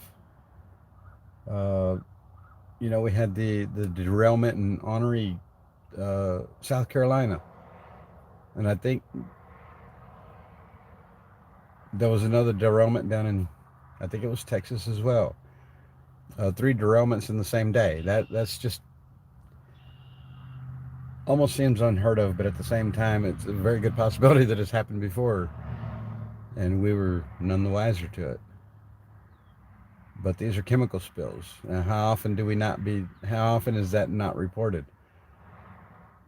How often is it reported? Is it just a one-time report on a local television program, news program? Is it never broadcast around nation?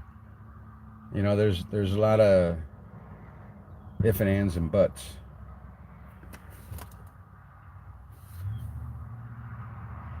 I saw a little article last night or this morning where a guy said he's been checking weekly on the air quality of the East Coast for 7 years. A weekly check makes 52 times in 1 year. He's been doing it for 70 years. We're looking at what, 160, or for 7 years. We're looking at what, 164, oh no, I'm sorry. Let me run that math through my mind again. 364 checks, almost 400 checks that he's done in the past 7 years. And never had he seen the air quality disrupted from a green label to a yellow in 7 years. I don't know if I saved that. I should have, because I probably should have posted it on the community. You could see the what he spoke about. Been checking the air quality for 7 years weekly. That's 364 times for 7 years. And never had he seen the air quality change from a green label to a yellow label, saying the air quality was very, very poor or contaminated. When I saw that, I was just like, are you kidding me? This is unreal. And yet it's real.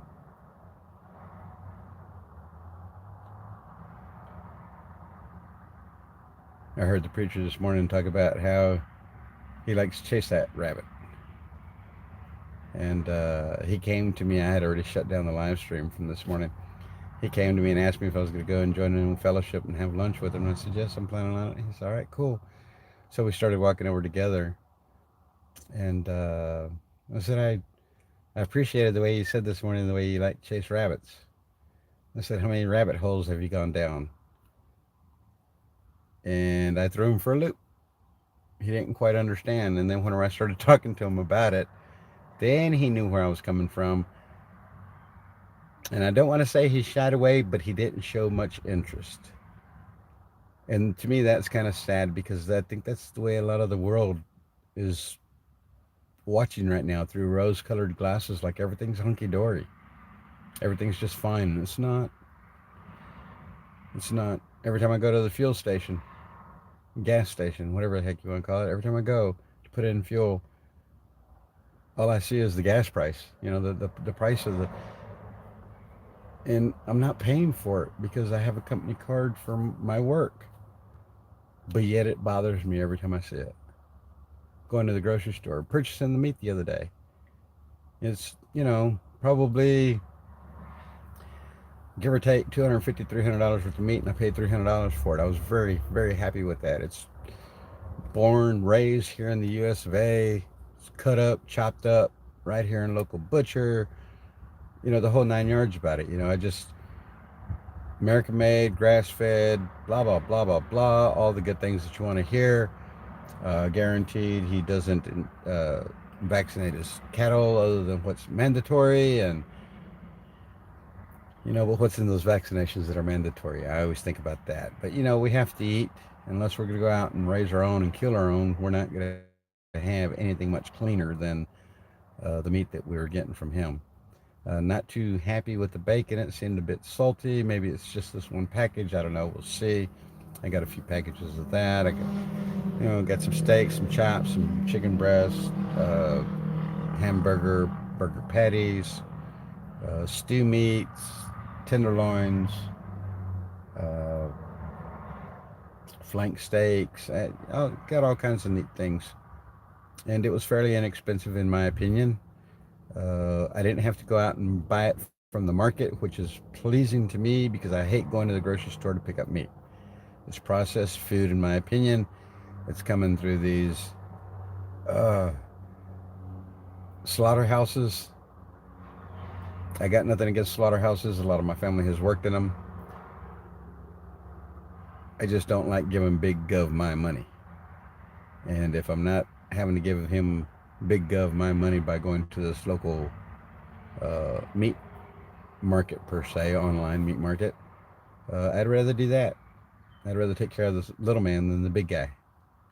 10% for the big guy. Yeah. I don't want to be supporting him. So, I pick and choose my battles. Somebody told me the other day is, Frank, how long you been doing this? Like, guys, ever since I can remember. In 2000, uh, what do you call it?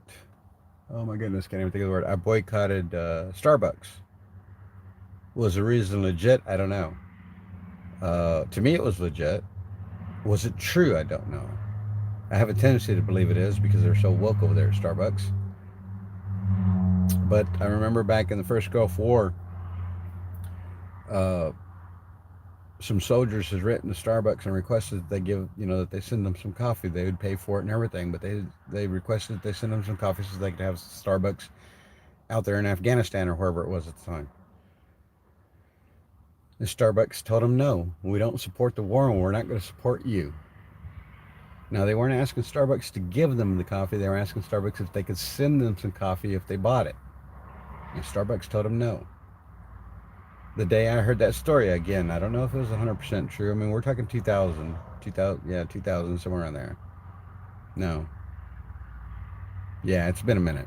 Anyway, ever since I heard the story, I quit using Starbucks. Not saying I haven't had a Starbucks coffee or I haven't had a Starbucks drink or anything like that. I refuse to use my money there. Now, if somebody purchased me something there, of course, I would be reluctant, but I would drink it just because they wanted to show me kindness by purchasing me a coffee. It's hard to say no. It's hard to turn down, and I didn't want them to feel bad by doing that. Though they knew that I would not purchase. Let's say I had 5 guys working for me, and I have a guy that wants to buy us all coffee that morning, so we all go get a coffee. Well, they knew that I would not go purchase coffee for 5 guys because I refused to use money at Starbucks, and they were cool with that. They understood. Yet they continue to use their monies there, and they wanted to buy me a drink, and I'm not going to say no. I think that would have been disrespectful and not so courteous. So of course I've drank them. I'm not saying I've not had Starbucks since 2000. I'm not saying that. I'm just saying that I refuse to spend my money there at Starbucks. And that goes for a lot of different stores. I haven't been to a Target and let's see.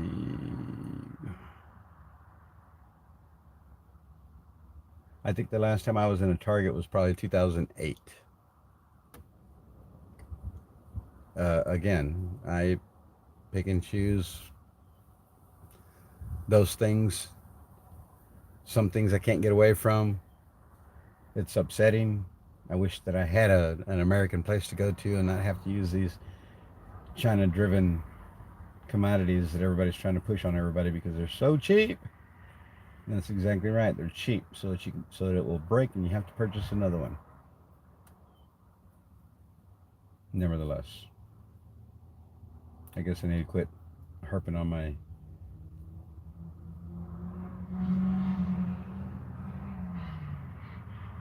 I don't know. Maybe not. Maybe you guys needed to hear it. I don't know. I don't know. I don't know. Man, I've been on here another 35 minutes. Don't even realize it.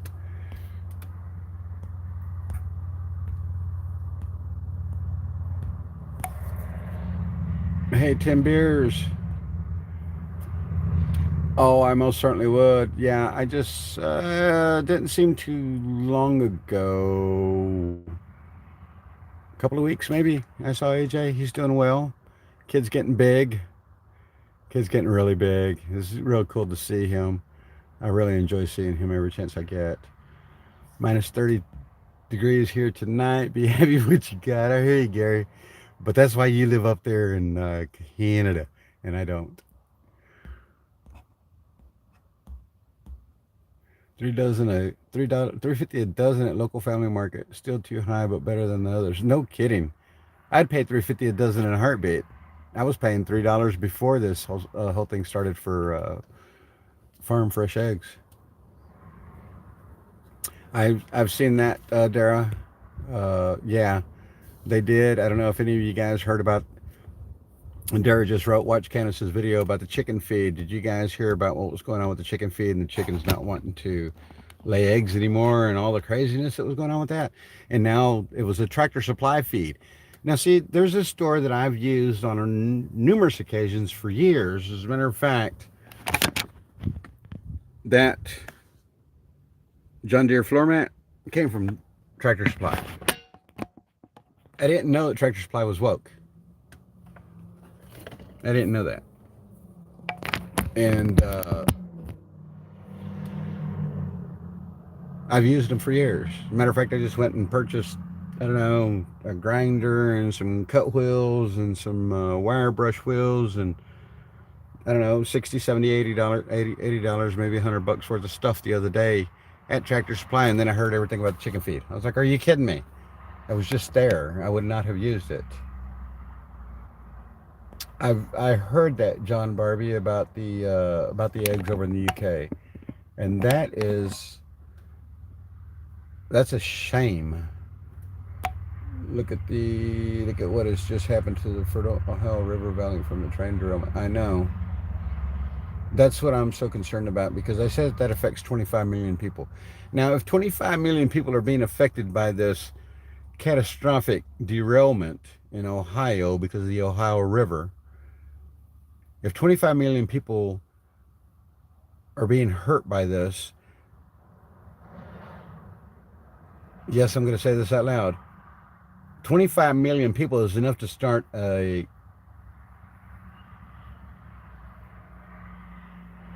would you say it? If 25 million people have been affected by this catastrophic derailment in Ohio because of the Ohio River, 25 million people need to come forward and face their government and tell them that this is unacceptable and there needs to be change now. I personally am not affected at this point, but if those 25 million people decide to come downtown DC to do something about what is going on in our government today, I will be the 25 million and one person added to that group because I would be right there by their sides. And I know that there's many more like me that would come out and do the same thing. So that 25 million can be 50 million in a heartbeat, in my opinion, if we could get everybody to coincide and do the things that need to be done in order to try to get rid of this idiotic regime that we have downtown. I'm probably going to get blacklisted for saying these things out loud, and I don't care. People have to start speaking out loud. Enough is enough, guys. What do we have to do in order to try to get our country back? What do we have to do? How much farther do we have to go? How much deeper do we need to be involved? If you're asking yourself any of those questions, maybe we all need to get together and have a big powwow over it and try to do something. I'd love to see 25, 50 million people march down on DC right now and just take over and tell them, nope, we're done. Guys, get out. Go home to your families, be safe. You're done. You're no longer required here in Congress. You're no longer required here in the House of the Senate. You're no longer required here at the Casablanca. That's what I would love to see. And I'll be right there with them. God doesn't have me on this side of the world for no reason. He's got me close to DC for a reason, knowing that I've been here before. Knowing that I've put up with the idiotic stuff that I watch come out of DC day after day, week after week, month after month, and year after year for 21 years. I didn't pay attention for all 21. I only paid attention for probably the last 18 or 19 after I got clean and sober. April 7th, I'll be celebrating 33 years of sobriety, if I make it. I still have the opportunity to fall off that wagon and get back to the guttural hole that I was in 33 and a half years ago, 32 and a half years ago. I know that I can become that person that I was that I didn't want to be anymore. That's what keeps me clean and sober today. Knowing that I don't want to be that person. And yet knowing that I can be that person in just a matter of a flick of a switch. Get me a bottle and the world would change upside down. Go grab me a 12-pack and I'll slam it in about 30 minutes at the most. I'd be willing to bet. Do I still have a desire to drink? You're darn right I do. Look at all the craziness that I'm dealing with in this world today. In my opinion, everybody has a right to drink or has reason to drink today. To try to ward off the effects of what this government, this regime has done to us. It's hard to deal with in so many different aspects. Electric's gone up, water's gone up, gas has gone up, all fuels have gone up, groceries have gone up. The lack of groceries. I walk in the grocery store, shelves look so empty. I've never seen empty shelves like I do today. For the past 2 or 3 years now, 2.5. Empty shelves everywhere. I saw somebody, who was that? Somebody was in a different country and they went shopping and they're dealing with the same empty shelves that we deal with here in the United States. It's crazy. It's uncalled for, and yet here we are. And they're still getting away with it. Because we, the people, have not done much. We complain, we gripe, we put out feeds, we put out contents on our YouTubes, we talk about this, we do that, we talk about that, we talk about that. And every time I hear a politician speak, the only thing I tell myself is blah, blah, blah, blah, blah. All words, no action. Without action, there will be no change. And then I look back at myself and it's the same for me. All words, no action. Though I'm trying. I haven't given up. I won't give up. Probably till the day I die. A gentleman at church, all y'all heard him. The one that was so totally excited about me having We the People stickers on my truck. That was so cool. I hadn't met Ken yet until today. But yeah.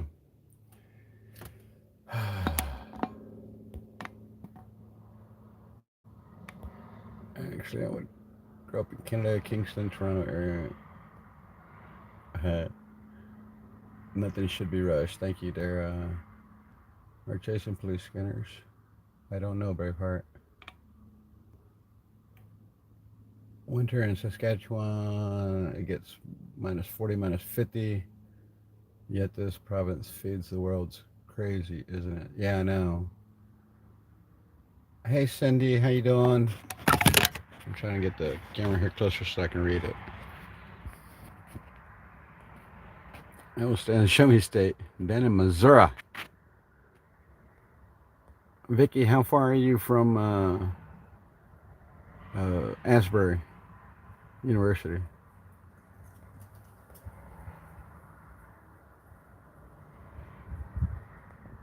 Candace Owens has been putting a lot of information out about the chickens. Yes, she has. I know, Dara. I think we're all paying double if at a minimum. Hello, Frankie Bobby. Hey, Chels. Hello, Frankie Bobby. You were in my recommendations channel, so I'm here to check out your channel. I definitely agree with where you stand based on your about section. Oh, thank you, Chelsea. I hope you find my content okay. I'm to understand my channel doesn't look quite the same as it did previous. Uh, if you're unaware, I have been part of the People's Convoy as well as 1776 Restoration Movement. Now, uh, we are people still trying to fight and still care about what's going on in our country, and I want to maintain that. I'm a very positive person most often. Today started out a little bit shaky, but I don't like negativity in my chat. My mods are instructed to remove any negativity that may come into my chat. I usually don't have problems with a lot of negativity until I start getting trolled. But usually people are pretty cool in my chat, and I appreciate it. Got some wonderful people here. They've been following me for quite some time now. They've known me from other channels as well, and I just, yeah, I try to share quality information as much as I can.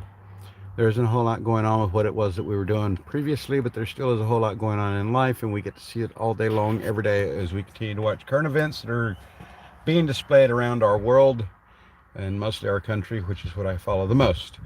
I do know a lot of what's going on overseas as well. I do have friends over there that try to communicate with me on a regular basis, whether it be from different social platforms or whatever the case might be. I try to share their information as much as I can.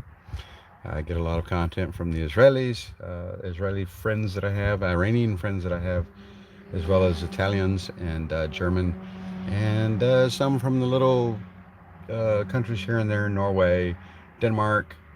I've had a Polander in here, Polak, I guess is what they call them. Polander seems more adequate to me, but anyway, I know it's Polak. But yeah, so like I said, I just try to maintain positive content and try to share my experiences, my strengths, and my hopes with my viewers, my subscribers. I appreciate all those that have subscribed and continue to subscribe and come to my channel and watch, listen, and I pray and hope that I might be able to give you some kind of enlightenment to encourage you or to enlighten you on whatever it is that may be going on around the world today. I can speak really fast. I choose not to sometimes, though I can and I will. A lot of times when I'm trying to get through with something without anybody really understanding what it is that I'm trying to say, I usually try to speak a little bit quicker. But anyway, so appreciate you coming to my channel. Hope you find the content satisfactory, and I hope that it might help you as much as it helps others. And I think Seno, hello. Haven't seen you in forever. Good to see you guys. I'm so glad to see all you guys here. It is so cool to see all of you. I mean, 84 people on my channel right now. I've been on for almost 2 hours now, and it has maintained this 80 count for quite some time now. Thank you guys. Thank you all. Minus 20, so we don't have to plug cars in. Oh, wow. Yeah, you're definitely going through a heat wave there. Gary, Dutch's Brothers Coffee. Dutch Brothers Coffee. I have to try that. Off-grid with Doug and Stacy. They've lived off-grid for 14. Yeah, I've seen a few of Doug and Stacy's YouTubes there, Annie. Like I watch Farmer Tyler Ranch, FTR. I don't know if you guys heard it. This guy is incredible with his hands. He's got an ingenious mind, and he can come up with quick fixes. And he's a fantastic welder, and he's careful what he does. He raises beef. He raises beef over on the west coast up there in Northern California. I watch Millennial Farmer, who's from Minnesota. He does a lot of GMO corns. That's why I'm kind of on the fence about those kinds of things. I watch Laura Farms, New York Farm Girls. Used to watch Andy Detweiler. I haven't watched his video in quite some time. Unfortunately, Andy was a I don't even know how to say it. I'm just going to say a double arm amputee. He lost both of his arms in an auger at the age of 2. He survived life with his feet. It was incredible to watch the man. Maybe go back, check him out. Andy Detweiler.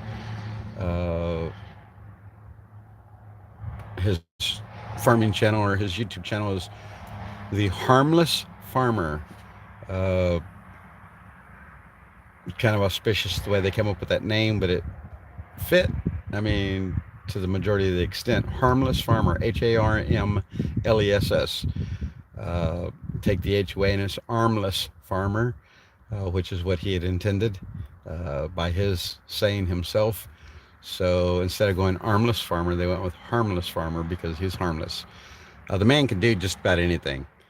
I've seen him take bolts out of a bell housing of a tractor where I could barely get my hand in to unscrew the bolt, much less him doing it with his toes. Unscrewed a bolt with his toes. Incredible. This guy's incredible. If you get an opportunity, please go check him out.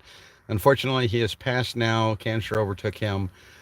His daughter and his wife continue the channel to this day. As a matter of fact, they put up a new video every Saturday and I think every Tuesday, if I'm not mistaken. And they just put a video up on Saturday where they were headed over to the one of the ag shows, I think in Indiana. I'm not quite sure. I haven't seen the video. I haven't watched them in a while. I haven't watched since it's there, where the last videos that I saw and binge watch everything through to today, which is what I'm doing with Laura Farms right now. I hadn't watched her in over 5 months. And they just finished harvesting, which I believe would have been back in November. And I think there's like 4 or 5 more videos to get to present. But yeah, I do watch a little bit of those videos. They're very entertaining to me. To me, they're also a teach things or give ideas. FTR, Farmer Tyler Ranch, he gives me a lot of ideas. If you do go and happen to check out FTR, just know, not trying to brag or anything, guys, just know I can do those things. I have that knowledge. I don't have a welder. I don't have the things that he has. But if I had those things capable or available to me, I could make those things happen. If you watch him, I think you'll be quite intrigued with his way of doing things. Early on, just so you know, he kept having the same opening to his videos. Then he changes. Today he does a little bit more of a formal type opening where he's showing himself prepping to get the video ready, as opposed to just showing the same thing over and over again. It's pretty cool the way he's opening his videos now. But yeah, Acres of Clay Homestead, Rhonda and Kevin and their children, Ethan,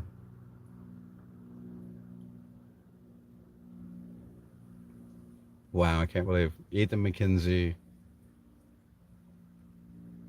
I can't believe I can't remember their names. But anyway, Acres of Clay is also another good one. They're milk farmers.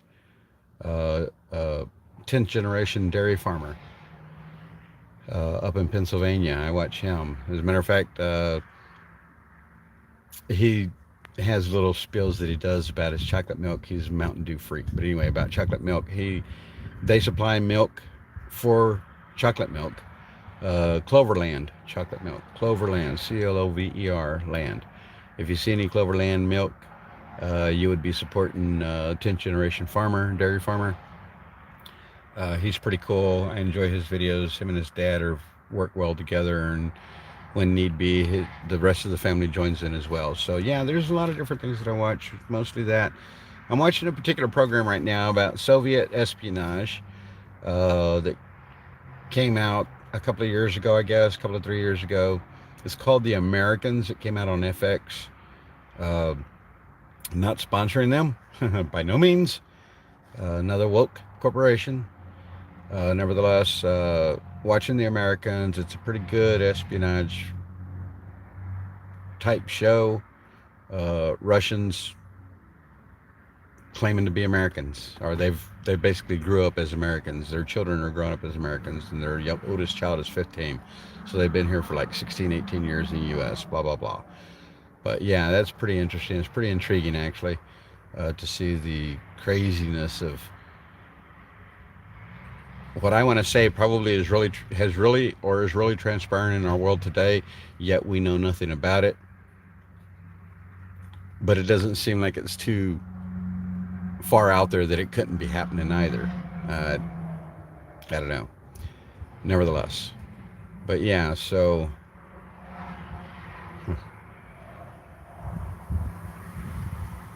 I watched The Great Escape for the first time yesterday. I'd never seen the whole movie, and I watched it all yesterday. Disappointed. I expected there to be a better ending, though very happy that those that did manage to get away got away. Yeah, so I got to see Steve McQueen, Charles Bronson, and all those youngins, James Coburn, and young guys uh, in that movie. Thought about watching over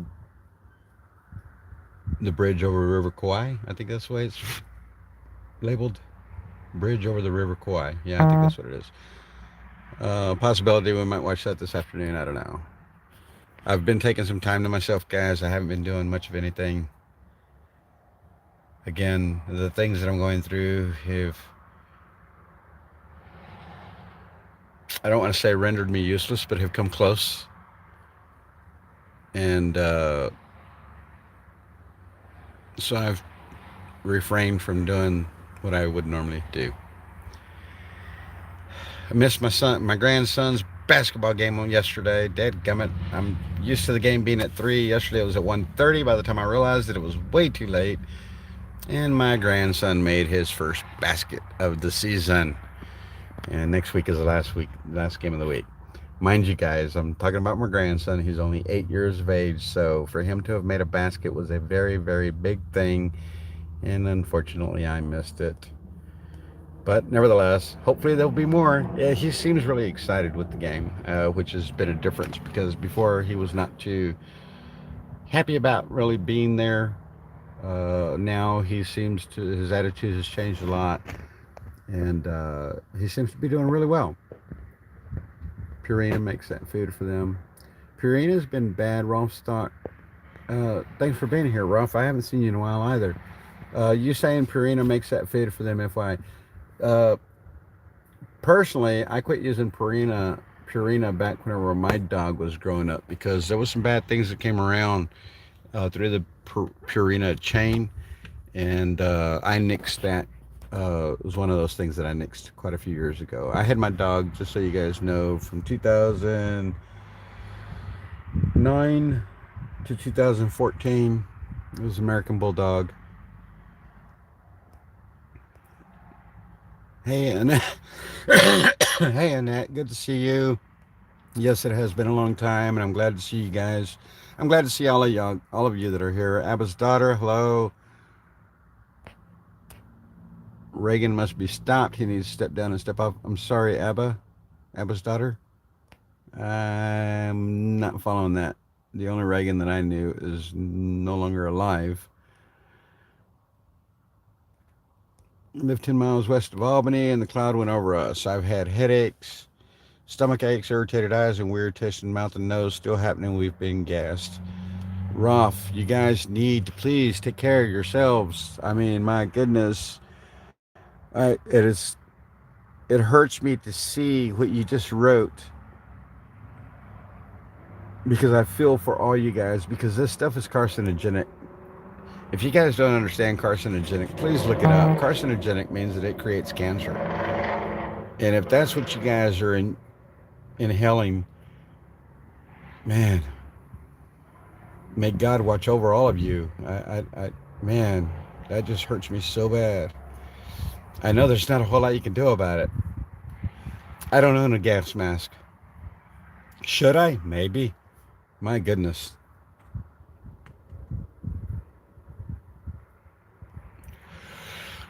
I had heard about that, Rolf. You saying that out loud? Let me ask the question. I'm going to go ahead and ask it out loud because I saw somebody complaining about the exact same thing that you were saying, including the smell of chlorine in the air. Shortly after that person had posted that, they were in the New York area too. I don't remember exactly where, but shortly after that had been posted, somebody immediately responded and says, "That's BS. I'm right here in New York myself, and I don't smell anything." Now, Rolf, did you smell chlorine in the air? Do you smell chemical in the air? What are you dealing with? You're saying that you're getting headaches and stomach aches and irritated eyes, weird taste in mouth and nose. uh, are you smelling the chemical? Are you smelling the chlorine? What is it that you're smelling over there? Is there a smell, or is it just a burning sensation that you're experiencing? I'm hearing different viewpoints from different people that are in the New York area, and I just pray that you guys are all going to be okay. I pray that this is not creating something to affect you later in life, months down the road, years down the road, whatever the case may be. Okay, so it was a Purina chicken feed that was causing the chickens to stop laying. Yeah, I know that the store is not the manufacturer, but unfortunately, Tractor Supply is pretty woke. If you had seen some of the things that they have posted lately on their site, you would understand what I'm saying. As soon as they double time it, some additive, of course. The only problem with drinking is that when you become sober, your problems are still there. You got that right, Annette. BlackRock, yes, Ruff, we know. BlackRock, Vanguard, all those, JP Morgan, Morgan Stanley, I mean, all of them, all of them, all of them, guys. You guys, I hope you guys are paying attention to that, what is going on, because the deep state, for me, the deep state is the wealthy. Uh, Not talking about somebody like Donald Trump, Elon Musk, or even Oprah Winfrey for that matter, though I believe she is part of the deep state. Uh, when I talk about the wealthy, I'm talking about the BlackRocks and the Vanguards and the JP Morgans and the Rothschilds and the Rockefellers and the huge business tycoons. Those that are in charge of the Amazons and those that are in charge of the Home Depots and the Lowe's and all those big conglomerates, all the conglomerates that didn't shut down during the pandemic of 2020. Those are the wealthy. Those are the ones that are making the money hand over fist off of us citizens, while they continue to raise the prices and cause us to use more money. Those are the people that I'm against. Hey, Debbie McLean, how you doing? It's been a while since I've been on too, Debbie, and I thank you for being here, though. And I'm glad that you're glad to be here. The farmers dumped that feed, and even the wild bird and squirrel would not touch it. Wow. Hey, Cindy Chase. I'm doing well, thank you. Well, kind of already got everything off my chest. If you want to go back and listen to the beginning of the live stream here, this one, whenever I post it. But yeah, I'm feeling better right now, Cindy. Thank you for your comment. Let's go, Trump. Hey, Cyfrax, how you doing? You say don't be a stranger. I'm trying, Cindy. Again, if you go back through my earlier part of the video, you might. I have been to a couple, and a couple of people have asked me. Yes, I met Mickey. I know Mickey. As a matter of fact, uh, this right here, Justice for Ashley, is justice for all. J4, J6, justice for Ashley, justice for January 6th, J4, J6. Mickey gave me this personally when I went down there. Yes, so I know Mickey. I want to go back. I need to go back. I should go back. And I will go back. It's just a matter of when at this point. You will own nothing and you will be happy. You got that right, Ruff. Sick and going to be couch potato. Daytona. Oh, is Daytona 500 this weekend? I didn't realize that. Hey, Martin Gingrich. How you doing? Good to see you. Thanks for being back again, Frankie. Been a long time. We have missed you, and you're a person with speaking gift. Be safe and have a great day. Oh, thank you, Gary. That is so kind. You guys, I'm in Canada, and our government here is just as corrupt, cost for everything but worse yet. They are now after my grandchildren. My 11-year-old granddaughter now thinks she is bi. Oh my gosh. Devin McLean, I'm going to be praying for you guys, praying for you and the family. Um, we got to watch after our kids, guys. We have to watch after our kids. Laura Farms, yes, Laura Farms. Uh, yeah, she's married to Grant Wilson. It's Laura and Grant Wilson, but it's Laura Farms is her video channel, and I enjoy watching. She's such a bright, cheery young lady. Beautiful eyes. I'm not gonna lie to you. She's got beautiful green eyes. But yeah, she's you'd be surprised at the things they do. They raise cattle. They grow huge crops. Usually 80 to 160 acres at a time. They usually, I think they, if I had to say, they're probably farming 1,000 acres a year, maybe more, maybe less. I don't know. Outgrid Doug Stacy, they're giving away things to help those wanting to grow their own food. They just gave away a Ford truck, and this month giving away $5,000 cash. Wow, that is too cool. Well, if you watch it and you enjoy it, Annie, hang in there and keep putting your name in there. Keep throwing your name in the circle, please. Let us know if things change for you. It'd be greatly appreciated. Where is this world going? David McLean, that's a loaded question. My daughter is also at her wit's end. She has 3 kids, youngest boy is 7, and they all think it is cool to be bi or gay. Debbie, it's the indoctrination that they're doing in our schools. Uh, they've never been more forceful with their have been this year. Parents are just now starting to wake up, and it's almost too late. For me personally, if I still had children in school, they would be removed from school. I would homeschool, or I would have my significant other, whoever that would have been, to homeschool, as my wife did with our 2 older children. Back in the day, we homeschooled. Uh, I wish that I could have been a part of that, but I worked like crazy. I am a workaholic. I will fess that up straight up. Uh, Wished I could have been more involved with my children's schooling, because I would have loved for my children to have been homeschooled all their years. No, they all graduated high school from their uh, high schools of choice, per se. And 3 of my 4 children are pretty level-headed because of dad was such a big influence in their lives, meaning me. My youngest daughter, she was 9 when I left the area. She received more influence, in my opinion, from her peers and schools than she received from home. Uh, as hard as it is for me to say out loud, I blame myself often enough for having put her in that predicament situation. Uh, Wish I could have been here and been more involved in her life like her mother should have been. And I got nothing against her mother, so it's not a dig on her. Uh, some children just need more encouragement than others. We'll just put it that way. And I don't feel like my youngest daughter received that encouragement that she should have gotten. Again, that's why I blame myself for some of that. Uh, but all that's water under the bridge, per se. Now it's to continue with life with what it is that we're dealing with today. Her being, wanting, describing herself as bi, lesbian, whatever the names are these days, I don't even know. Uh, she had her sister-in-law come out and try to tell the family that they wanted to be recognized by their pronouns, and I said they are full of it. That will never happen. She will always be my daughter, and the person that she quote unquote is in love with and or married to will never be Mick, meaning a man's name. She will always be Michaela, because she is a girl.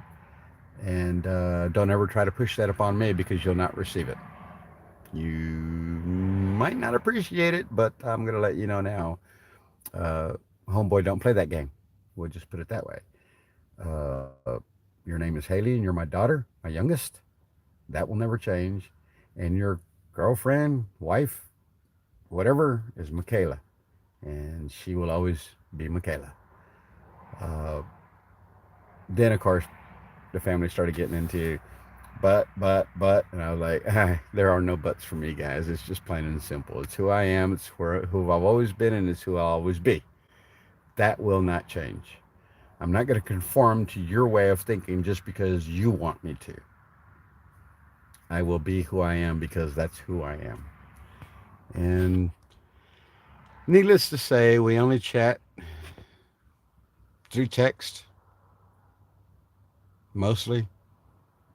But she's still my daughter. I still love her to death. I'll never stop loving her, no matter what.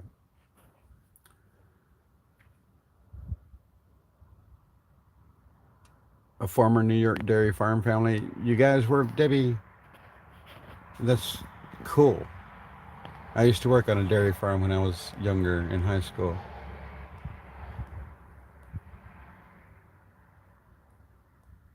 Yes, I am a friend of Bill and Bob Martin.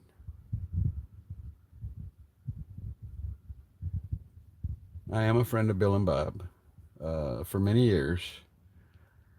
Thank you, Sino. We have lost our way, for we have neglected God. Annette, I we've lost our way. I believe as a society we have lost our way. Our government definitely has, if you want to call it our government today. I have a hard time using those terms. I hear somebody say, the Biden administration. I'm like, that's no administration. That's a regime, people. That's a regime. That is no admin. Uh, Barnes from Viva, and Barnes is a lawyer in the state. Helping Amish was a great farm, I think he is.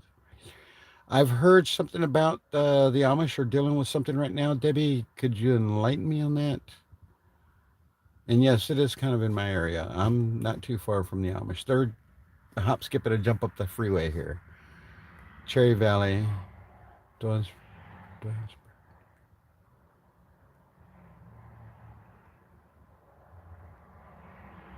What are y'all short up there, Ruff? We need local everything, especially food. Naked man go in the change rooms with children is saying, but that's stupidity of. Yes, it is, Gary. And cloud went over us and rained down. I'm Amish and raised most of my own food. I'm so blessed. Good for you, Martin. Martin, if you don't mind, where are you at? Uh, you guys know I'm in the Bunker Hill, West Virginia area. I'm not too far from Amish country. It's right up the road there in PA. No smell. No smell that but fresh air type odor. Really. Blue vinyl, all about the dangers of PVC. Hey Mello, how you doing? Ayahuasca? Blue vinyl. I'm gonna have to look that up, Mello. Thank you. Blue vinyl. Prayers for those who are in Ohio that are suffering from this disaster. Thank you, Annette. Yes, definitely so, guys. Anybody that is in here and is a prayer, I hope that you guys are making sure you include Ohio in your prayers on the daily, on the regular, on the norm, because that's a catastrophic occurrence. And wow, it's still hard for me to talk about. It just hurts me, pains me so bad. Not a normal odor, but not necessarily chloride either. It smells fresh, grassy like. Well, Rolf, that's unfortunate because that is a beautiful smell that I love to smell. And if it's contaminated, that makes it so bad. Should be here in Phoenix, great place to winter. We'll be back in April. Michael, I've never been out to Phoenix. I've never been out to Arizona. I've never been in Arizona. I've only been in California at the airport, LA. I've never been boots on the ground per se.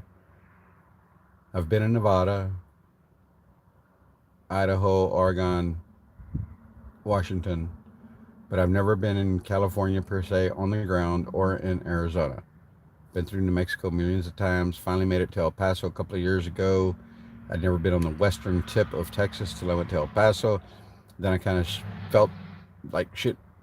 We'll just say kicking myself in the butt for not having going ahead and made the extra 2 or 3 hours that it would have taken to get into Arizona, then I could have claimed being in Arizona as well. But no, I've never been to Arizona or California, as well as Maine, New Hampshire, Vermont, Rhode Island.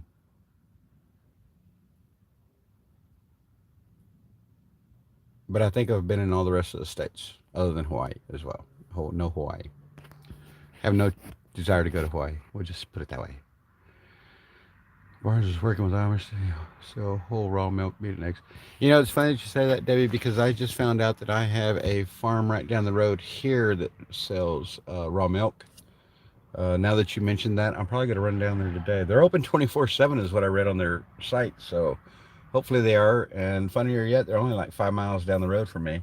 I just found this out recently. I just haven't gone over there to get any milk, but I need to. I went up to a place over in Pennsylvania. It's called the Dragon, something Dragon, the Green Dragon, something Dragon, Green Dragon. It might be the Green Dragon. Anyway, it is a large Amish market. Huge, actually, not just large, huge. They do it like X week out of the year or out of the month, I think. I don't know if it goes on every weekend. I know that we went over there on a Friday. I took a day off from work. Went over there on a Friday. We got some raw milks, both goat and cow. I got a couple of gallons. We got another quart of goat milk. It was all good. My gosh, it was so good. We got a bunch of fruits and veggies. We got some meats. We got some different things. It was a big Amish farm market up in, and I can't remember the name of the town, but I think it's called the Green Dragon. It's Green something. I think it's Green Dragon, if I'm not mistaken. So yeah, I've experienced that, Debbie. It's pretty cool. I want to be able to do that for myself here. But if I can drive down the road here and get some fresh raw milk, that would be fantastic, especially if it's already chilled. And I could just drink it and drink it and drink it. And you know what's so crazy about it is that I drink regular milk. I drink 2% milk. 2%. Used to drink 2% low-fat milk. I always got diarrhea from it. I had gotten out of liking the taste of whole milk. It was like too creamy. Didn't sit well with my palate. After drinking 2%, after being convinced to drink 2% for all the years that I was married with my ex and my children and whatnot. But I drank some whole milk one day and it was like, this really isn't too bad. It's just really creamy. Well, I went and got some raw milk, drank it, and vitamin D whole milk is not so bad after all. So yeah, I try, Gary. Gates, Soros, and Zuckerberg, etc. Yes, you get that right. And Gates being one of the worst. I know Dolly Lowe's has everything. I go to Lowe's more than I go to Home Depot. We'll just say that. Like I said, some things we're just stuck having to deal with, and those are one of the things, trying to get things for home. Home Depots, Lowe's, things like that. So, but I will use a Lowe's over a Home Depot most often. Just feel tired. Constant like headaches since Friday morning after rain. I'm so sorry to hear that, Rolf. Man. We're all tired, Gary. We've been doing this for over a year, Gary.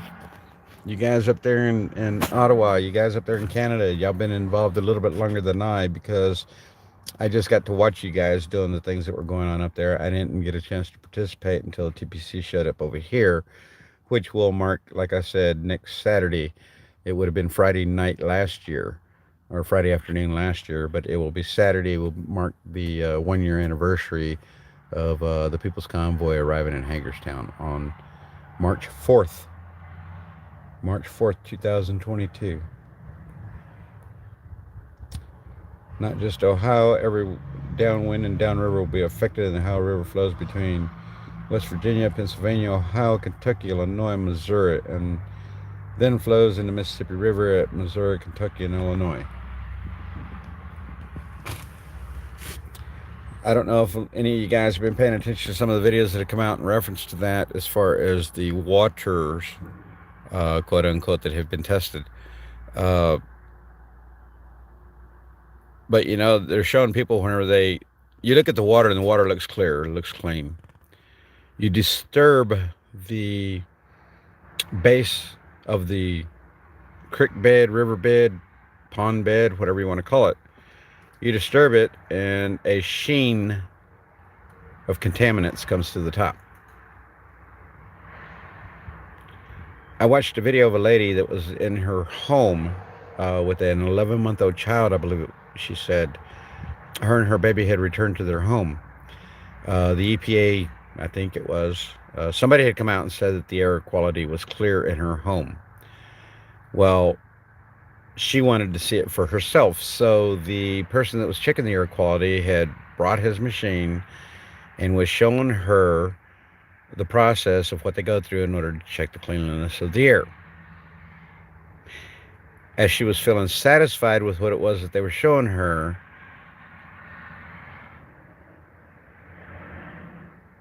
another train passed, and it shook her apartment, home, whatever it is. It shook it while he was still doing the readings. When the house shook, all of a sudden the air showed contaminated. He shut the machine off readily, from what I'm to understand. And when he turned the machine back on, everything had settled, the air cleared. Well, she told him she wasn't going to allow him to leave because he needed to prove to her that when that train came by, that there were no more contaminants in her home that had spiked his machine when the train came through. Well, lo and behold, when another train came through, shaking her home, the air became contaminated again. She immediately grabbed her personal belongings and left, and has refused to return to her home because, similar to the water, it settles to the bottom. If you disturb the bottom, the sheen comes to the top. My opinion is the contaminant is sitting like dust on the windowsill, and when the train comes by and shakes it up, or we'll say when you turn the fan on in your home, but when a train comes by and shakes the house, the contaminants have now been released into the air again, creating contaminated air. That's the way I'm seeing this. So if you're outside standing next to an elevated object that would have ash or whatever it is, residue, on that item, and you're standing next to it, and say a gust of wind comes by and blows that roof part of the trailer directly into your face, you just got contaminated with a carcinogenic, if that's what it still is. I'm still trying to figure out why they burned it to begin with. But nevertheless, I digress.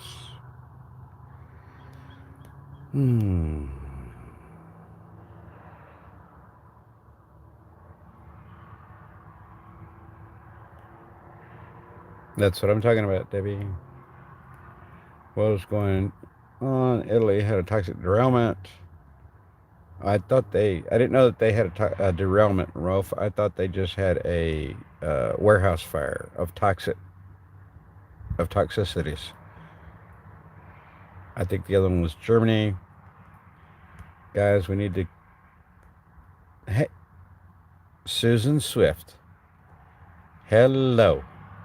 Where have you been, my friend? It's been so long since I've seen you. I'm so happy to see you here today. Wow, you just made my whole day, Susan. I thank you so much. Hey, Sean. You guys, it's good to see you guys. I know it's been a long time since I've done a two and a half hour live stream. And I appreciate you guys being here. As I said, my numbers count has not gone down very much. I'm very surprised at how high it has remained. But Susan, thank you for being here, Susan. I've missed you. I think about you all the time. I ask about you all the time. I got to hear something from Java Lily the other day. which is the first time in a long time for her as well. I appreciate you guys. Thank you for being here. Thank you for coming to my channel again and participating. And remember, guys, we're going on a 1-year anniversary in 6 days.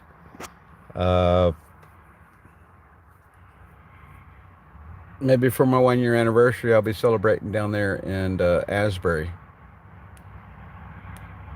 Wow, how would that be, guys? I think that would be kind of cool. Because I could sleep in my truck over there. It's not like as if I've never done it before, right? That's funny. Waterways are contaminated epic portions used for agriculture and drinking feed. Yep, I know. My eyes just itch.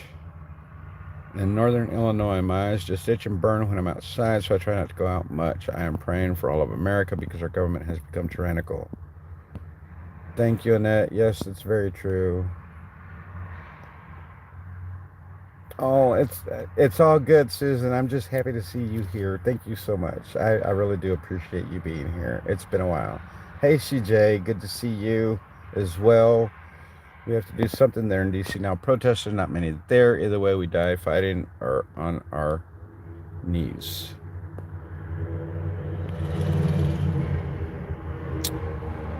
I will die fighting. I will not die on my knees, believe me. I don't understand the way you write. Looks like you're going to pull this off or try. I don't get your meaning.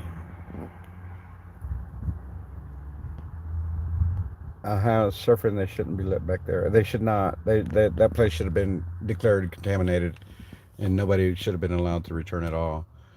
Because now, in my opinion, they're all going to wind up with some kind of a cancer. Oh my gosh.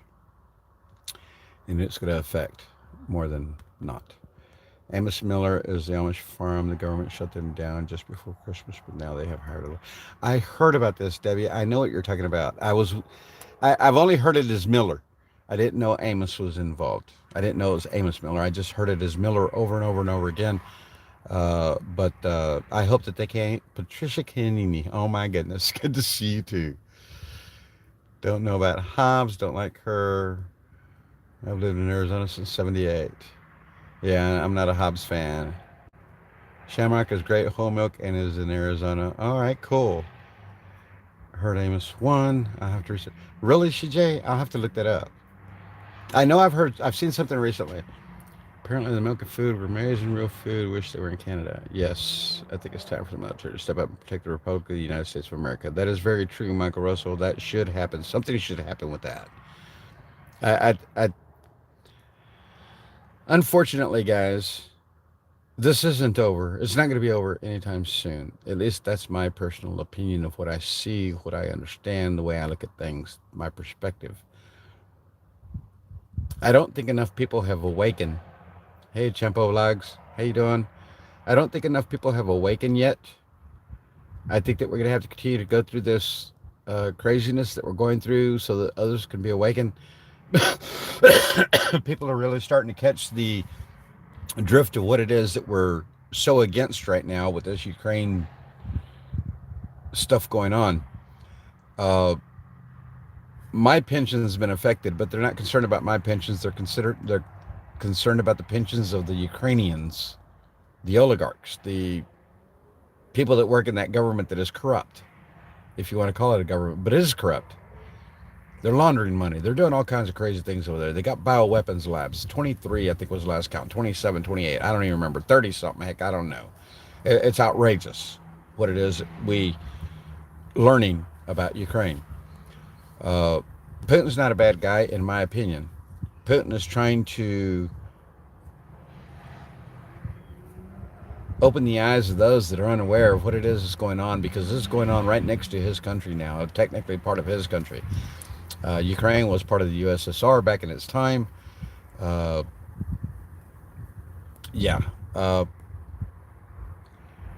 Something needs to happen. And I think Trump and Putin had a game plan to expose this corruptness that's going on over there in Ukraine, because they were trying to sandbag Donald Trump over it. For those of you that have been paying attention, y'all know. So I won't go into it. But it's pretty obvious now Yet, too many people are still asleep and don't want to take into consideration that is exactly what's been going on over there as far as bioweapons labs and the laundering of money. I mean, that's a beautiful card. Did y'all see that? The uh,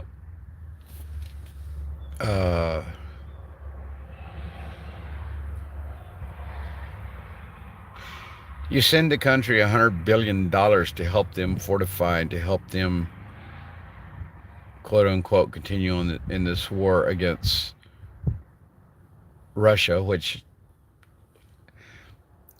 show me the pictures, guys. Show me what's going on over there. There's not a lot of video out. There's not a lot of stuff that is out there telling us exactly what is going on. To me, it's been a bunch of hocus pocus lies.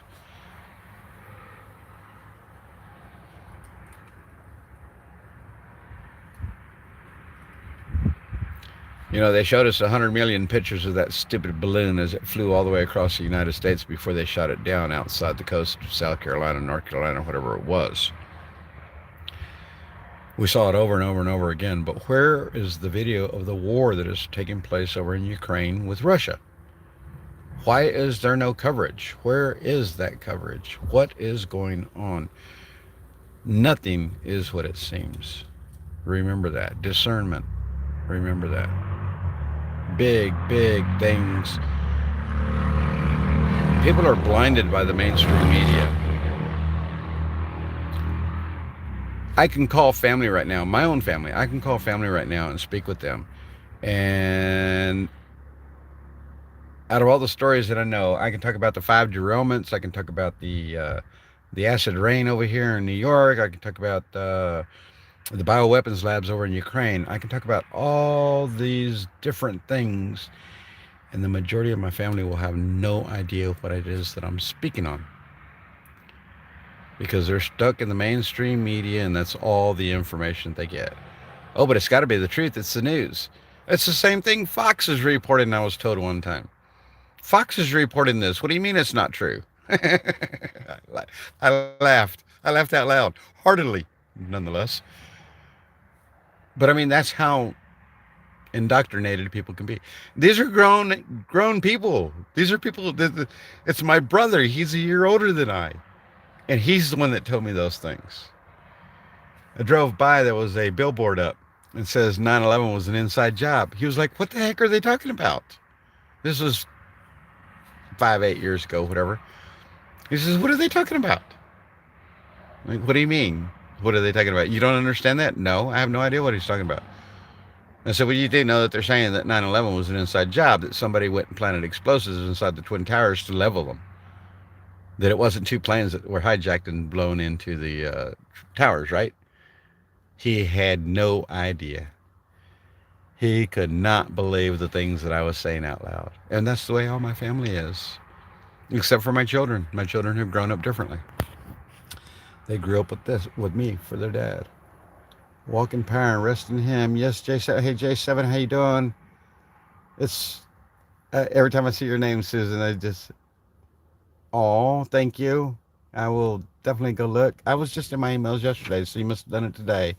Thank you for being here, though, Susan. I really, truly appreciate it. Italian train, Florida had a plastic pot holding warehouse to burn. Kiss Me, Florida. Yes, that was a plastic pot. Kiss Me, Florida. I do remember that. It's called oil and chemicals, solidification. Agent polymer is also used in oil spill, petrochemical derivatives. It makes chemicals solidify on bottom. Good by cat, fish, and most bottom fish. Yeah. Oh, the long-term effects. Yes, I know, Rob Zombie. I'm so worried about that. Hey, Rob, how you doing? I shared your stream on Truth Social. Hope to see you again on Truth. Hey, Annette. Oh, so you did see me on Truth? Okay, well, thank you. Are we friends over in Truth? Are we friends over in Truth, Annette? If not, can you send me an invite, or I'll try to look you up. But thank you. Hey, Choctaw. Just like I was telling you, the pollution from coal mine and burn for electrical generation and a gas-fired generation. This isn't over with. Noise, bad ozone in our area. This is definitely not over with, Choctaw. I will agree with you 100% on that. Well, friends and the family neighbors suddenly expire or get a serious illness. I know, Ralph. It's horrible, dude.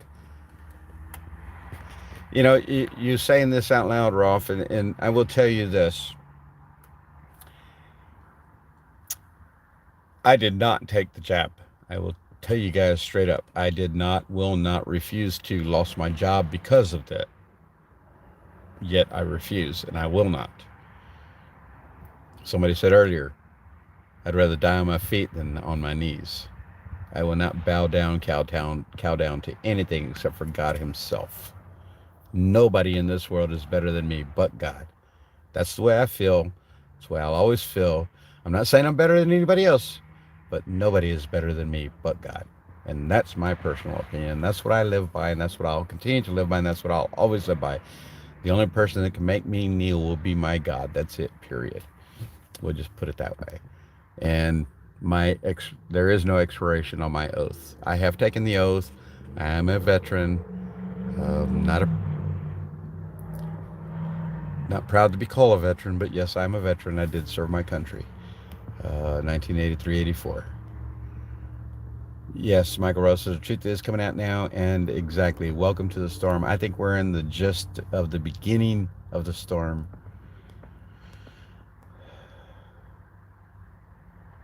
Okay, Susan.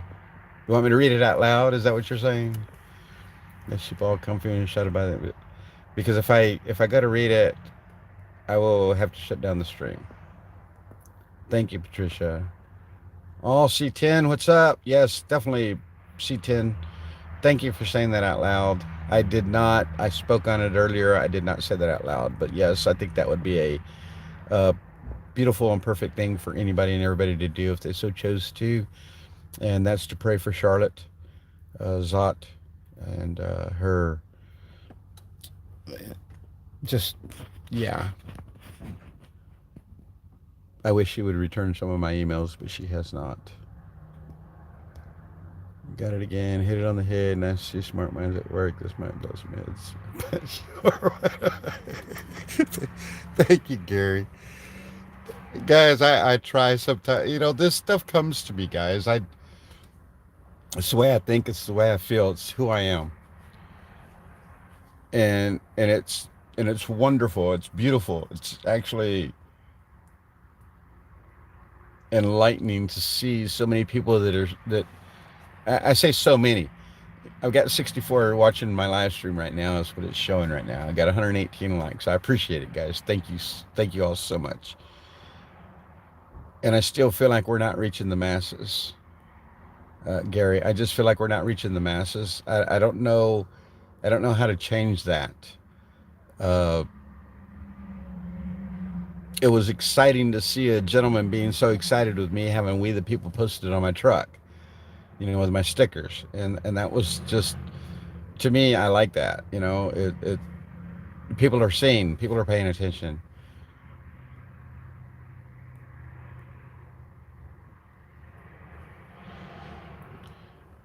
I can't believe it either, Susan. We need to pray. Yes, C10.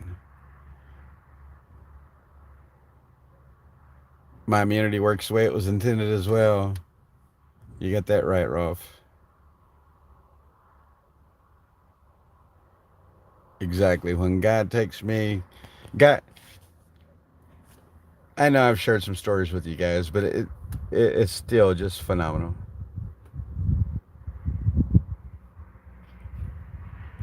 I didn't take the lollipop either. I stand for the flag and kneel before my Lord. Just and that. I agree 100%. Oh, Debbie. Yeah, thank you, Susan, for putting it up so easily. I didn't want to have to talk on it. Beautiful young lady. And I just hope that she's able to turn it around and get right. We're human beings, not all are. The sheep are like living in a matrix. Control mainstream media. Yes, Ruff. I didn't take the jab either, and I have witnessed those who have. Not been right in the brain since taking the jab. Praying for Charlotte to change. Thank you, Chuck Tall. We're reaching the masses. You are making a difference. Thank you, Michael Russell. We are reaching. We're just not. To me, it's not happening fast enough. That's why we're going to have to continue to go through this downward turn, this slump that we're in today. We're going to have to continue and remain here until the masses continue to awaken. My opinion. I still hear so many people. Thank you, Gary. So many people have bought into it 100%. You know what's crazy to me, guys, is here we are 3 years later, almost 3 full years later, and there's still people driving around by themselves in their cars with the mask on. I go to the grocery stores, not often, stores, whatever stores I go to, wherever I go, and there's always a hit and miss, a mask here and a mask there. Have they not realized that it's done nothing for them? It's crazy. It's crazy. It's almost as crazy as me realizing that I've been on this live stream for almost 3 hours now, and it's just like, well, that's good to hear, Michael. Thank you for sharing that. Michael Russell says, I travel everywhere and everyone is talking about what's happening, and y'all started the conversation. I do believe that. Few here and there asked them, and they said they had the thing. Yeah, I know. I didn't finish telling you guys what I was talking about earlier with my family. Now, I'm not going to say 100% of my family has been vaxxed. Well, you can't call it that because it's not a vax. They've been jabbed with this gene therapy. We'll use those terms. If I had to guess, I would want to say 3 of my 4 children are not jabbed. I want to say my Gen Zer is my youngest child because she lives with her mom and her mom was jabbed repeatedly. Got the first 2, got the booster, and I think they got the next booster as well, if I'm not mistaken. But before they got the second booster, if that's what they're calling it, they had gone over for Christmas last year, not this year, last year. They'd gone over there for Christmas. My children had to go spend Christmas with their mom and her significant other and, you know, have Christmas dinner and whatnot, open gifts, grandchildren, whatever. The 2 people that were jabbed in the home, for sure, contracted COVID and gave it to the children that were not injected. So all my kids now have a real-time immunity within their systems because they have been tested for COVID. COVID has come and gone. Now they should have an immunity built up to it. None of them got severely ill. All of them have asthma. And none of them got severely ill. They were able to breathe fine. Yeah, breathing was a little bit difficult. Yes, it did feel like they needed to lay down and hang out. It was hard to walk from here to there kind of thing. Loss of breath. Being asthmatic, that's kind of understandable in my opinion, especially because it was supposed to be so deadly to the asthmatic person. But they said it was basically just like a regular cold. You know, they feel that way in the, you know, whenever they get a cold, a head cold or strep throat. Hard for them to breathe, you know, blah, blah, blah. They're asthmatic, understandable. But they went through the whole process and they were totally fine. They've all got their taste back. They've all blah, blah, blah, everything. And then I had spent Thanksgiving with them and none of us got sick. And of course, none of us were jabbed. But then they go and they spend Christmas with their mom and they all get sick. And they're jabbed. It's just crazy. So back to my family, my distant family, I guess you would say. My uncles, my cousins, my second cousins, my whatever. First cousins, everybody. My brother. My brothers, my sisters, to the best of my knowledge, every last one of them's been jabbed.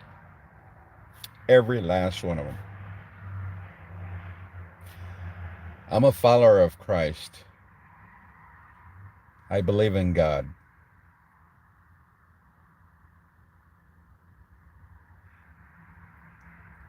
Every time my phone rings, to this day, it's been this way for the past 6 months, 8 months.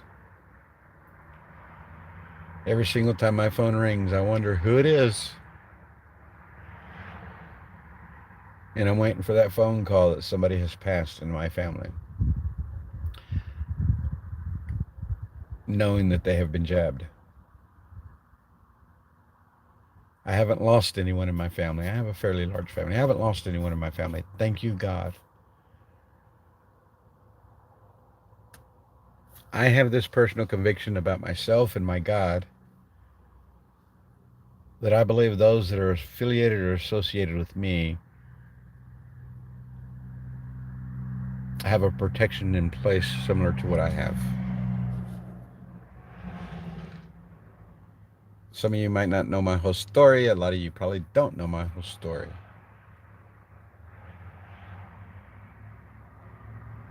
My God is a God of conviction. He's protected me and brought me to where I am today for a reason in my life. And only He knows the details.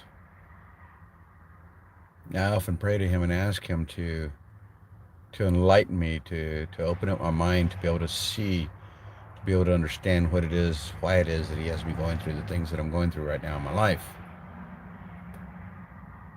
A lot of times He answers, a lot of times He gives me the answers. It's not the answers I'm looking for, but it's answers. And I understand, at least to me. I think I've said this out loud before on my live stream, and I'll say it again. You know, there was a time whenever the full-on pandemic was in full operation. We'll say July of 2020, August of 2020. I had gone to work that morning. I never took a day off, guys, except for I was given 10 days off here, 5 days off there because I was quote-unquote contaminated, been with an infected individual. We shook hands, we stood by each other, we spoke to each other face to face. I should have COVID, and I don't. I've been tested once, and it was with the 15-minute fast test, ready test, whatever it was called. But I walked into that building that day, and I didn't have my mask on, and they were mandating masks. I didn't have my mask on, and I walk in. We get up to where we're going to go work. I walk over and I said, hey, I need this door open. Told security. Security comes over, asks me, where's my mask? I said, right here. I pulled it out of my pocket, and I donned it on an ear just to show him that I had it in my hand. I did not put it across my face. I just donned it on an ear. He walked away. I never put it on. Stuck it back in my pocket. So I'm sitting in there and I'm talking with the painter. The painter's name was Freddie. He says, Frank, he says, I haven't seen you wear a mask yet. I said, yeah, I refuse to. I'm not afraid. I'm not scared. He's like, man, dude, my daughter got it, man, and we got so sick, and this and that, and this and that, and this and that, and blah, blah, blah, blah, blah. I said, you got so sick, but you made it through it, right? I mean, you're all okay. Nobody died, right? He was like, no, nobody died. We were just really sick. I'm like, well, you know, that happens to people. People get sick all the time. He just kind of giggled. Time went on. He asked me again. He says, why aren't you afraid, Frank? What? I've seen you around. I've never seen you with a mask on. They're mandating them and you're not wearing it. Why aren't you afraid? I said, what's there to be afraid of? He says, getting sick. You know, you're in your 50s, right? And I was like, yeah. Well, you know that people over 55, you know, they have a better chance of dying from it and blah, blah, blah. Like, that's the saying. That's the going saying, but has it really been proven? Well, they do have statistics. I said, but yeah, you know, we kept talking about this. And then he asked me, and I told him, I said, ultimately, here's the deal, Freddie. So I'm not going to lie to you. I'm not going to try to sugarcoat it. I'm not going to try to change the way you think or anything about that. And he's a godly person per se. And I said, Freddie, I said, in all actuality, I said, I don't know how to say it in Spanish. Mind you, all this conversation went on in Spanish. And yes, I can speak it okay, but there's some words that I can't put together quick enough to make a sentence with it. And I said, Freddie, I said, tell you the truth, mire, vato, te voy a decir una cosa. This is the way I taught him. Yes, I just turned to Spanish. But anyway, Tony says, yes, vato, déjame decirte una cosa. I personally feel like I have been protected, like I am protected by the Lamb of God. Nothing is going to hurt me or affect me unless God wants me to be hurt. And as long as this is God's plan, I have nothing to fear. If He wants me at home, meaning heaven, He will invite me. But as long as I'm here on this earth, He will protect me. He is my protection. I don't need any other protection. I don't need a jab in my arm. I don't need a mask over my face. I don't need somebody trying to tell me, you have to eat this or you have to eat that. I'm a perfectly grown man that has lived my life well, hardly ever been sick, and I don't think I'm going to start now. And the look on his face was just pure wow. I can't believe this guy just said this out loud, kind of thing. Well, I mean, I'm not afraid. I'm not scared. God's got my back. I know that. I may not like the way He's got my back sometimes, but God's always got my back. I have nothing to fear. The U.S. Postal Service still spraying deadly chemical on most of our mail. Are you serious? The adults' vaccines shed to your children. I've heard that. I refuse to take the hokey. Been well all along. Family and friends who have had the big bad bug. A couple of times. Yes. Hey, Carol Windsor. How you doing? Yes, I've heard that, Carol. That has happened to several people that I know as well. They've had the bug a couple of times, and they're vaxxed.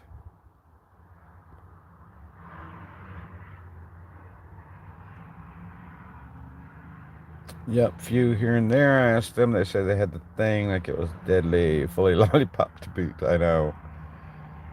That's another one that I can get into with my sister-in-law, and that scared me when I heard. Again, both vaxxed or doubly vaxxed, and perfectly healthy, normal 40-year-old lady winds up in the hospital because her heart can't pump hard enough into her body. But she's never had a heart issue. She's never had a heart problem ever in her life. She's 40 years of age. All of a sudden, her heart cannot pump strongly enough to move the blood throughout her body. If you ask me, that would definitely create some questions. Well, they wound up having to add a pacemaker, put a pacemaker in her chest. I haven't seen her. I've only spoken with her. She just had a birthday the other day, as a matter of fact. February 8th, I think. And this is how convinced, propagandized, wall pulled over their eyes, indoctrinated. I don't know how many different words can we use for this. But this is how bad they have been indoctrinated, would probably be the easiest word to use. I call him my sister-in-law and my brother. He's actually my cousin with whom I was raised, so he's like a brother to me. We consider ourselves brothers more than cousins, though we're first cousins. Nevertheless, his comment to me was, the doctor told us, had she not, because I asked immediately, I said, has she had the booster? Whenever he told me about her having to get his wife having to get a pacemaker put in. And I said, I know that she's had the 2 jabs, right? He says, yeah. And he gets pissy with me when I speak that way. I said, but has she received any of the boosters? He says, yeah, she's had 2 boosters now. Why? I'm just curious. He was like, well, why are you saying that? Because, like I said, they get defensive with me, and they know that I'm not bad, but they're indoctrinated, in my opinion. I said, no, I was just asking. It just seems awfully curious that Karen has always been a healthy 40-year-old, and all of a sudden her heart can't pump blood through her system, so she has to have a pacemaker added. Yeah. The doctors told us had she not had the vaccination, though, she probably would have died. I said, how would she have died had she not had the vaccination? Oh, well, they said that, the way her heart got really weak, that her having the COVID vaccine allowed the blood to flow through her system easier. And I said, and where'd you hear all this from? He said, well, that's what the doctor told us. I said, oh, so you're believing what a doctor told you?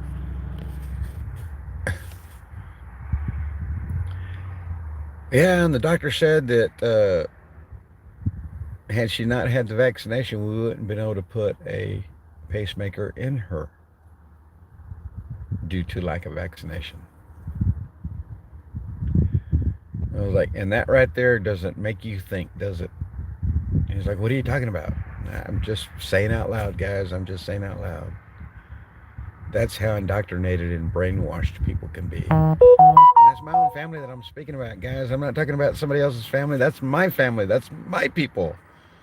People that grew up with me, people that know and have been taught the exact same identical things that I've been taught. So much so that I can share this story with you. And you would think that I'm probably crazy just for saying it out loud. But when you're taught something by particular individuals in life, that continued teaching is just that, a continuation of the teaching. Not that the teaching changes, it's a continuation of the teaching. From my perspective, in my opinion. And I know that they were taught the exact same way that I was taught because they fold clothes exactly the way I fold clothes. Karen is 20 years younger than I, almost 20 years younger than I. She never knew how to fold clothes when she met my brother. She was a 17-year-old kid coming out of a Hispanic home where the mom does everything. I don't know if a lot of you can understand that, but the mom does everything in Hispanic homes, unless she makes the kids do something. Well, Karen was the oldest and the most loved in her family. She's the one that took care of her mom till her death. She's taking care of her dad till his death, unfortunately, but that's where she plays in this role.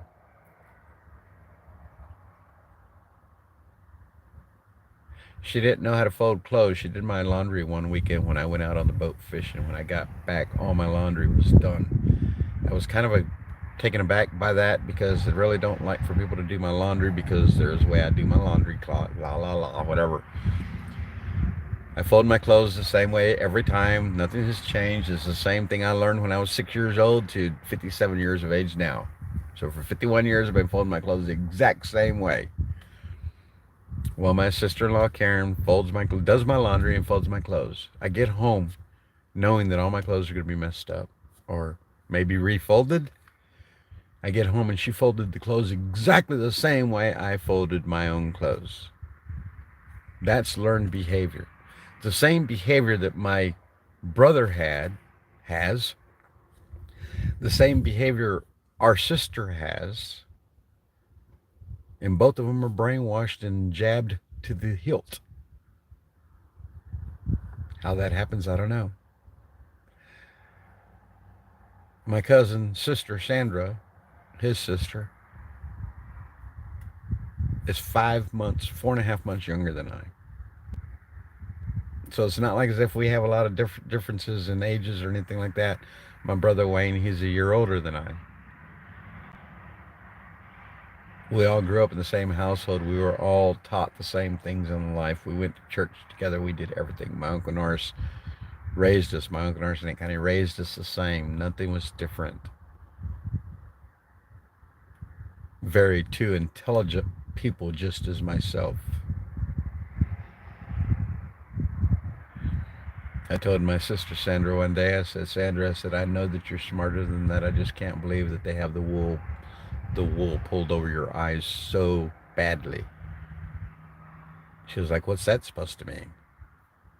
I said, you're smarter than that, Sandra. How can you fall for this rhetoric? How can you fall for this ignorance that they're trying to feed us?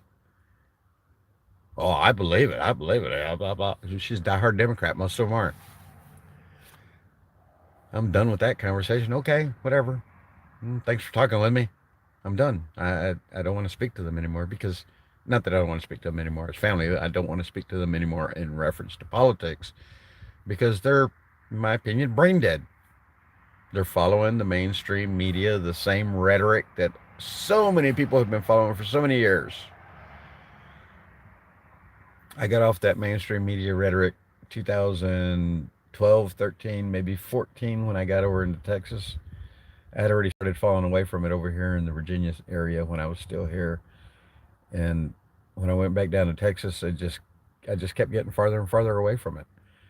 And today it baffles me and it pretty much makes me sick to try to associate myself with anything on the boob tube per se. Normal television programming, watching regular television programming. For those of you that do still watch that stuff, have y'all noticed how Big Pharma is so much the largest advertisement of any mainstream outlets these days? ABC, NBC, CBS, Fox, PBS, even your Discovery channels and your whatever all those cable channels are, your WGNs and your TNTs and your FXs and your the Weather Channel, the Weather Channel. Watch some of the commercials on the Weather Channel, guys. It's Big Pharma trying to feed you a pill. We got a pill for this. We got a pill for that. We got a pill for this. We got a pill for that. Oh, if your big toe hurts, we've got a pill to fix that. Just consult your doctor. And the side effects are blah, blah, blah, blah, blah, blah, blah, blah, and the list goes on and on and on and on. And people fall for that crap every day, all day long. They're trying to make us a pill mongering society. Gotta have a pill to get over this. Gotta have a pill to get by that. Gotta have a pill because I feel this way. Gotta have a pill because he feels that way. Or because he spoke to me wrong. I need a pill.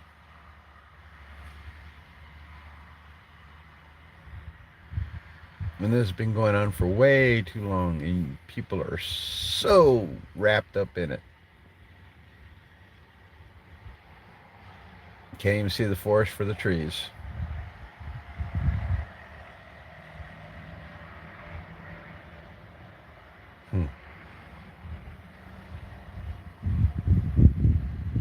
I don't know, guys. I hope you guys have enjoyed this.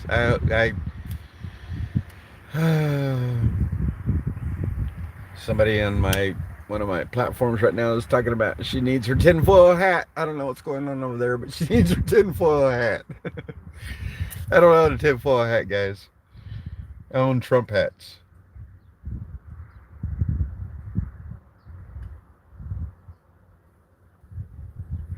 Maybe I'm going to have to bring myself and do this more often with you guys. I appreciate you all being here. I appreciate all of you for your attendance. I appreciate 123 likes. I appreciate 65 viewers still watching right now. You guys are incredible. Y'all really got to see not much of anything. You got to see me somewhat. I'm going to go visit my dentist. I'm going to get me a new flipper, guys, just so y'all know. Fill that gap. Y'all met me without it, and now y'all see me with it. It's been back and forth, but nevertheless. I'm sitting here just chilling in my truck. Got here. Wasn't really sure I had this much to share, but apparently I had something to share because I've been on here for over 33 hours with you guys. I appreciate all you guys being here. I'm going to go in. I'm going to go and get me something to drink. I've had a little bit of water here, a little bit of ginger ale that I had from lunch earlier. But I'm going to run in and change out of my clothes. Well, put on more comfortable clothes, rather, should I say. Get out of my good, clean clothes. We'll say that. Don my slippers because they're comfortable. And that for that I could thank Victoria. Victoria picked up those slippers for me. But yeah, it's tough, guys. It's getting even tougher for me knowing that this weekend marks a year that TPC was here. I haven't given up. I'm not going to give up this fight. I can't give up this fight.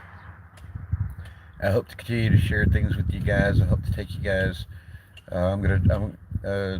You guys asked me repeatedly on a couple of different occasions.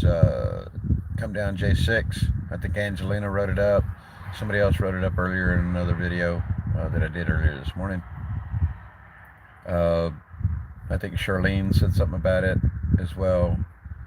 I'm going to have to take time, run down to J6.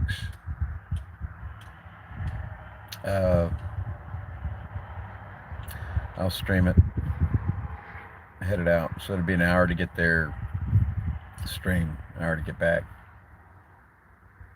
If I head down to Asbury, I'll be sure to bring you guys along. Hope that you guys will enjoy that and take time to spend with me as I do that. I don't want to say it out loud, but I will say it out loud. If you guys wish to help me with that trip, I'm pretty certain I'm going to be going down to Asbury this coming weekend. If you guys choose to help me with that trip, it'd be greatly appreciated. If not, I'm totally capable of doing it myself, which will happen. It will happen one way or the other, with or without help. I just figured I'd throw it out there with you guys because I know that sometimes you guys wish there was something y'all could do to try to help us more, and well, that's one way. Thought about getting shirts. Don't know what you guys think about that, seeing as how AP was making money off of a Frankie Bobby sweatshirt. I figured maybe Frankie Bobby ought to make his own shirt. I don't know, we'll see. Maybe you guys got some ideas. If you do, send me emails. If I have any mods in here, maybe you can post my emails so that people communicate with me if they so choose to. If anybody's got any good ideas, please communicate with me. If you got topics that you'd like for me to speak on, I share my, I guess you could say, my interpretations. I would be more than happy to speak on them. I know that there's a lot of things that I missed in the past. There's still something that I want to try to still get out. I just haven't studied it well enough to be able to put it on paper, I guess you could say, to put it in my head so that I can talk to you guys about it. But if you do, you have topics or anything like that and you want me to speak on it, just send me an email, send me a text. A lot of you have my phone number. Some of you have my address. I've got a P.O. box. I've got a Zelle account. I got a Venmo account. I got a PayPal account that I don't really use, but it's there. I've got a Cash App account. I have a Twitter, Frankie Bobby 65. I have a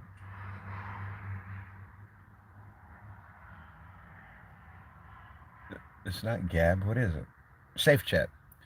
I have a Safe Chat, which is Office of the President Select. There's a couple of underscores in there, and sorry guys, I think it's Office _ the President Select, maybe something like that. Very similar probably to my Cash App and my Venmos, maybe however those are written. I think my Cash App is written Office of the President Select, I'm not sure. So with that being said, my emails, I could have been looking at this going on, guys, but I don't like reading my chat, whatever, the phone's so up close. U.S. Postal Service still spreading. Okay, read that. We have to set the mail in the sun and the wind 4 months before we can open it just for complaining about a postal carrier smoking bad cigarettes on the job for 15 years. Ouch. Shame about Charlotte. Hey, Bill Van, how you doing?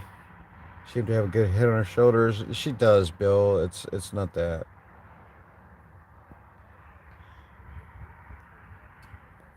Bill, I don't. Yeah. Thank you, Rolf. P, where are you laughing at me? I'm telling the truth. It had nothing to do with that Choctaw. Yeah, that was funny. Calm down, Choctaw. G sneaks up and sweep the tears right out of us.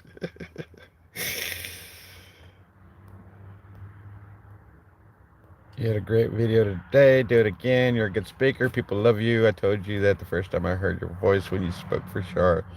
You're still here. She isn't. Oh, thank you, Gary. That is so kind, guys. Guys, Gary has been following me, has been a moderator on my channel for quite some time now.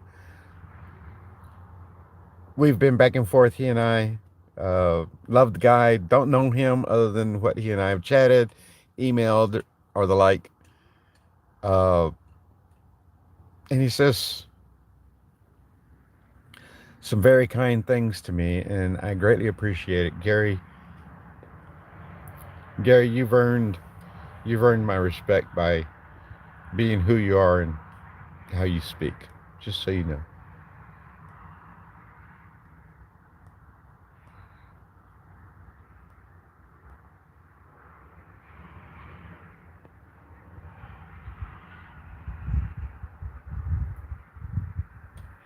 I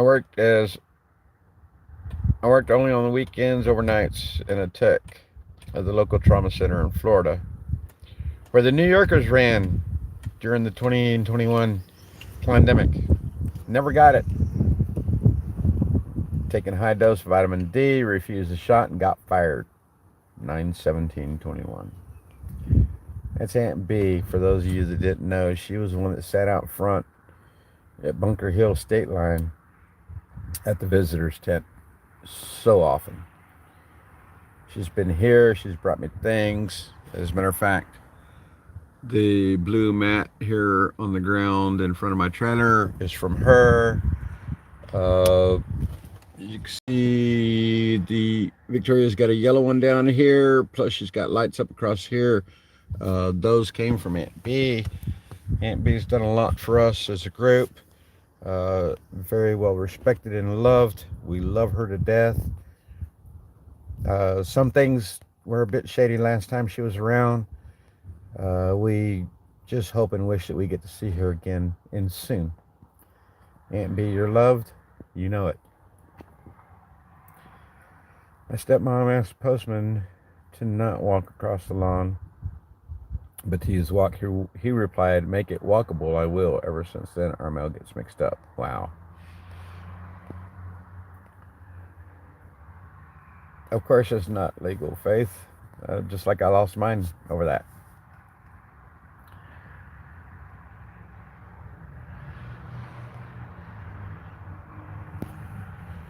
And they're non-Americans just wondering. Are there non-Americans just wondering? What do you mean, are there non-Americans? I usually get people from several different countries that join my chat. I don't know how to say your name. I see it spelled something similar to an XAM. Sorry. There's non-Americans in my chat most often, yes, just so you know. The hospital got federal money, and that's how they could do it. I couldn't get to work after that, so I retired 3 years early. Their loss. You got that right. I'm glad you were able to retire a little early, but so sorry it ended that way. Gary was just wondering, but I like America and its culture. Well, that's great. Where are you from? I'm sorry, I can't read your name. I'm gonna say Zama? I don't know if that's correct. Dear lives, I've been tracked for years and they still track me today. We have no rights in the eyes of the watchers. It's wrong and will change soon. That is very true, Michael Russell. I believe we're all being tracked and or followed at some point or to some extent anyway in our lives. Just like these leashes, this leash that I'm speaking to right now, looking into. Uh, we're constantly being tracked. The Democrats of 30 years ago are definitely not the same of today. That is very true, Faith. Very, very true. My niece dropped dead in the shower in front of her 7-year-old daughter. No previous heart conditions, fully vaccinated. Oh my gosh, that is horrible to hear, Darlice. Been gone for over 3 years now, and I don't miss it one bit. I know, Faith. I hear you. She was 40. Oh my gosh. That is so sad to hear, Dara. Country. I know, right, Faith? That is horrible. I know, a 7-year-old child. My gosh. Been here since Charlotte. Frankie is a great person, has a great voice. I miss the lives and his intelligent voice. Oh my gosh. Debbie McLean, thank you guys. Hadn't seen you in a while. Are you still living at the property? How's that going? Yes, C10, I am here. As you can see, there's my trailer. I'm sitting in my truck. The property that I'm sitting on is the other rented property that we picked up during that process. At the time, we were making a headquarters and a camp. Things changed. We still had a headquarters and a camp. Now we just kind of have a camp and headquarters where I'm at. Still involved, guys. Don't think that I'm not involved. I may not speak to y'all. I may not deal with it a lot of the time because I have so much going on. Mind y'all, I have a full-time job, which I'm very thankful for, and that has to take priority 90% of the time for me.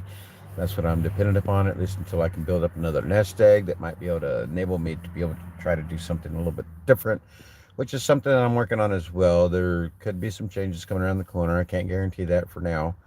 I just know that I'm doing okay. I don't know if I shared with you guys, but I did manage to get a raise from my work. $3 raise, not too bad, not too shabby. Could have been more, wished it was more. Of course, I should be earning more, but nevertheless, I have enough to survive with what it is that I have going on right now in my life. And that's all that matters. As long as I can continue to pay for this hefty bill of a truck that I still have. And Susan, thank you so much in Java. All's good.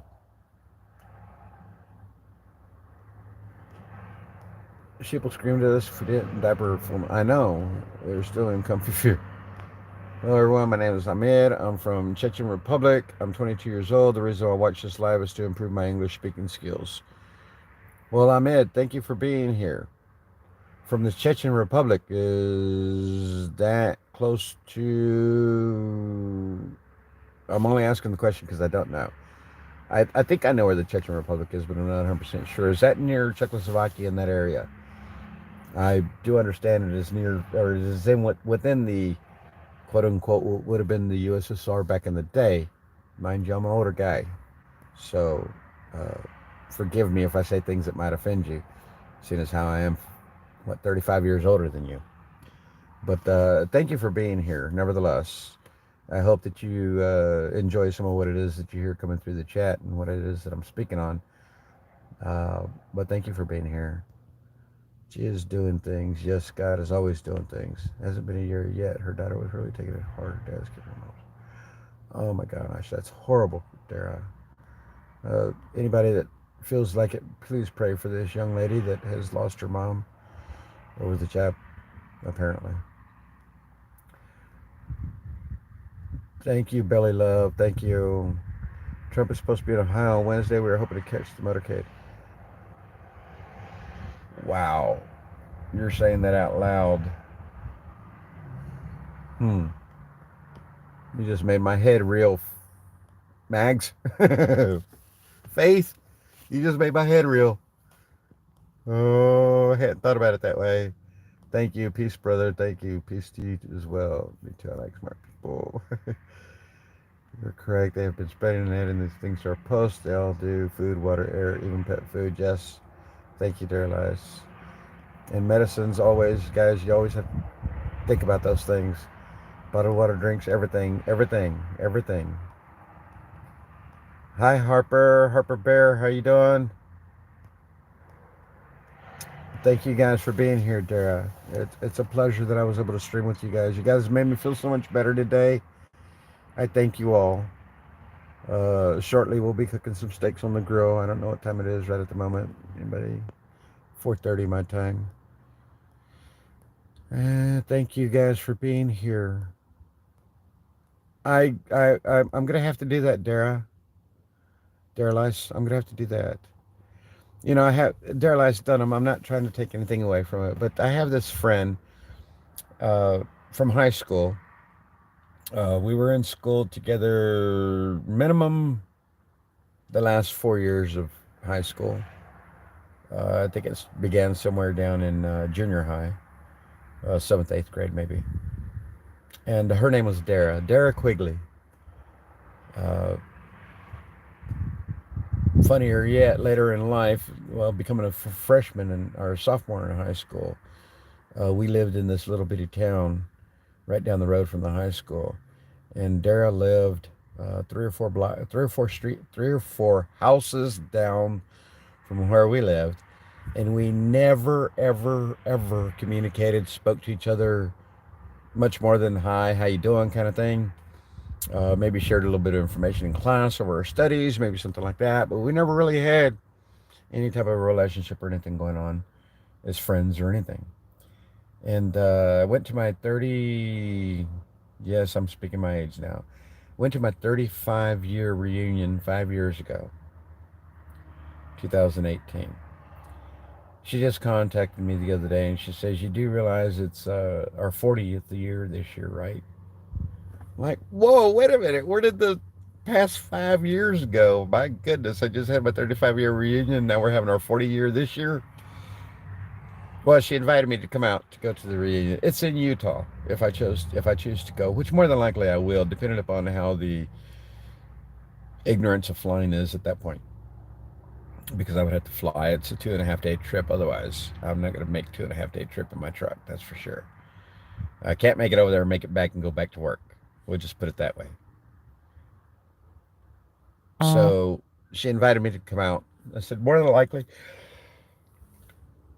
the day prior to her commenting to me. Now we still communicate with each other in the past 5 years. We've spoken, we've chatted, we've texted, we've sent pictures. We've shared time together. I went and met her in Missouri one day, Branson, Missouri. We went over there, hung out in Branson. We went to the Titanic Museum there. You know, we've hung out, her and I. And yeah, so she invited me to come out to the reunion. Well, a day prior to her making the comment to me about our 40th year reunion coming, I need to go preheat my oven. Uh, a day prior, another classmate from Aransas Pass, Texas, where I grew up, where I spent most of my schooling at from second grade through seven uninterrupted or six. Second through six. No, second through seventh grade uninterrupted in Aransas Pass. Seventh grade was when we began our migratory changes from South Texas to northern Utah, where we worked in the fields as child labor. You've heard these stories before, I'm sure. Some of y'all have. But they had just contacted me and invited me down to the 40-year reunion down in Texas. The last time I was at any type of a reunion down in Texas for that school, which is Aransas Pass High School, APHS, the Panthers. The last time that I had associated myself with anything that had to do with that schooling was during Hurricane Harvey, because that's where I grew up, was down in South Texas, Aransas Pass, where the Hurricane Harvey came on land, was just south or just north of Aransas Pass by about 10 miles. So they caught the brunt of the winds on the west side of the eye, if you will. And destroyed our library down there in Ranzas Pass, and yeah. So we had this great big thing where a few classes got together. I think it was basically all the classes that have graduated from those schools. And I think it had transpired or began with my class, class of 83, that had requested to put this thing together to try to help the library be able to pick up the books that they'd lost and blah, blah, blah. So I went down there. We had bands down there. We had eats, food everywhere. I mean, we had a really good time. I had a good time. I got to associate with some of my old classmates. Of course, a lot of them didn't remember me. I didn't remember a lot of them. But it was a pretty good time. And, I'd gone, I have a female friend from that era. Her name was Brenda Shirley back in the day. A beautiful young lady. I remember her. I don't know that I had a crush on her in school or not, but I mean, we knew each other from like second grade on. So, I mean, do you really crush on people like that? I don't know. But anyway, her and I, we started communicating. She says she's going to be down there. She lives over here on the East Coast as well. She lives in the Carolinas, one of the Carolinas. And she was going to be headed back to Aransas. And I said, well, just so happens I'm going to be there. And she was like, oh, cool. We can see each other. This lady hasn't changed a bit. I went out and had dinner with her and her family. It was a good time. You know, anytime I get around the old classmates like that, I always wind up having a good time. So it's pretty cool. And looking forward to doing it again this year at some point, hopefully. Hopefully, time prevails, life prevails. Things allow me to do those kinds of things. So we shall see. But nevertheless, maybe I'll be able to take you guys on a ride like that to head over to Utah and do a class reunion, or to Aransas and do a class reunion. I'm sure eventually you guys will be meeting my family as I continue to do live streaming. Uh, I know I've gotten away from it a lot. I'm not going to say I missed it. I might want to say that I'm ready to get back on that horse and ride it again. Maybe you guys get a chance to see me more often, get to hear from me more often if that's your choosing. We'll just have to see what God has in store for me as life goes on, guys. Uh, I've enjoyed being here today. Thank you all for being here. Thank you all for coming in and associating with me and uh, writing the things that you've written, saying the things that you said. I appreciate it. I thank you all. You guys are wonderful people. I don't think you would come back if you weren't. So that's why I can put that label on you guys. I appreciate it. I appreciate you guys not coming in and doing negativism, staying away from that, trying to be positive, trying to keep things on the up and up. I appreciate all you guys for your positive comments, feedback, and I pray that you guys will continue to help support me in this, if nothing else, and keep me moving forward, guys. I believe that's the gist of the game. The name of the game today is the only constant in life is change, so we have to continue to move forward to prevent change from overcoming us. We have to move with the times, even though there are times that we don't want to move. Take care, everyone. Thank you all. Good night. Have a good evening. Enjoy the rest of your Sunday. It is approximately 4:40 here on the East Coast. Yeah, I need to go start up the oven. It's got to preheat. Love you guys. Thank you all for being here. You guys have made me feel so much better. And I thank you. I thank you all. Take care. Be blessed. God loves us all. Good night.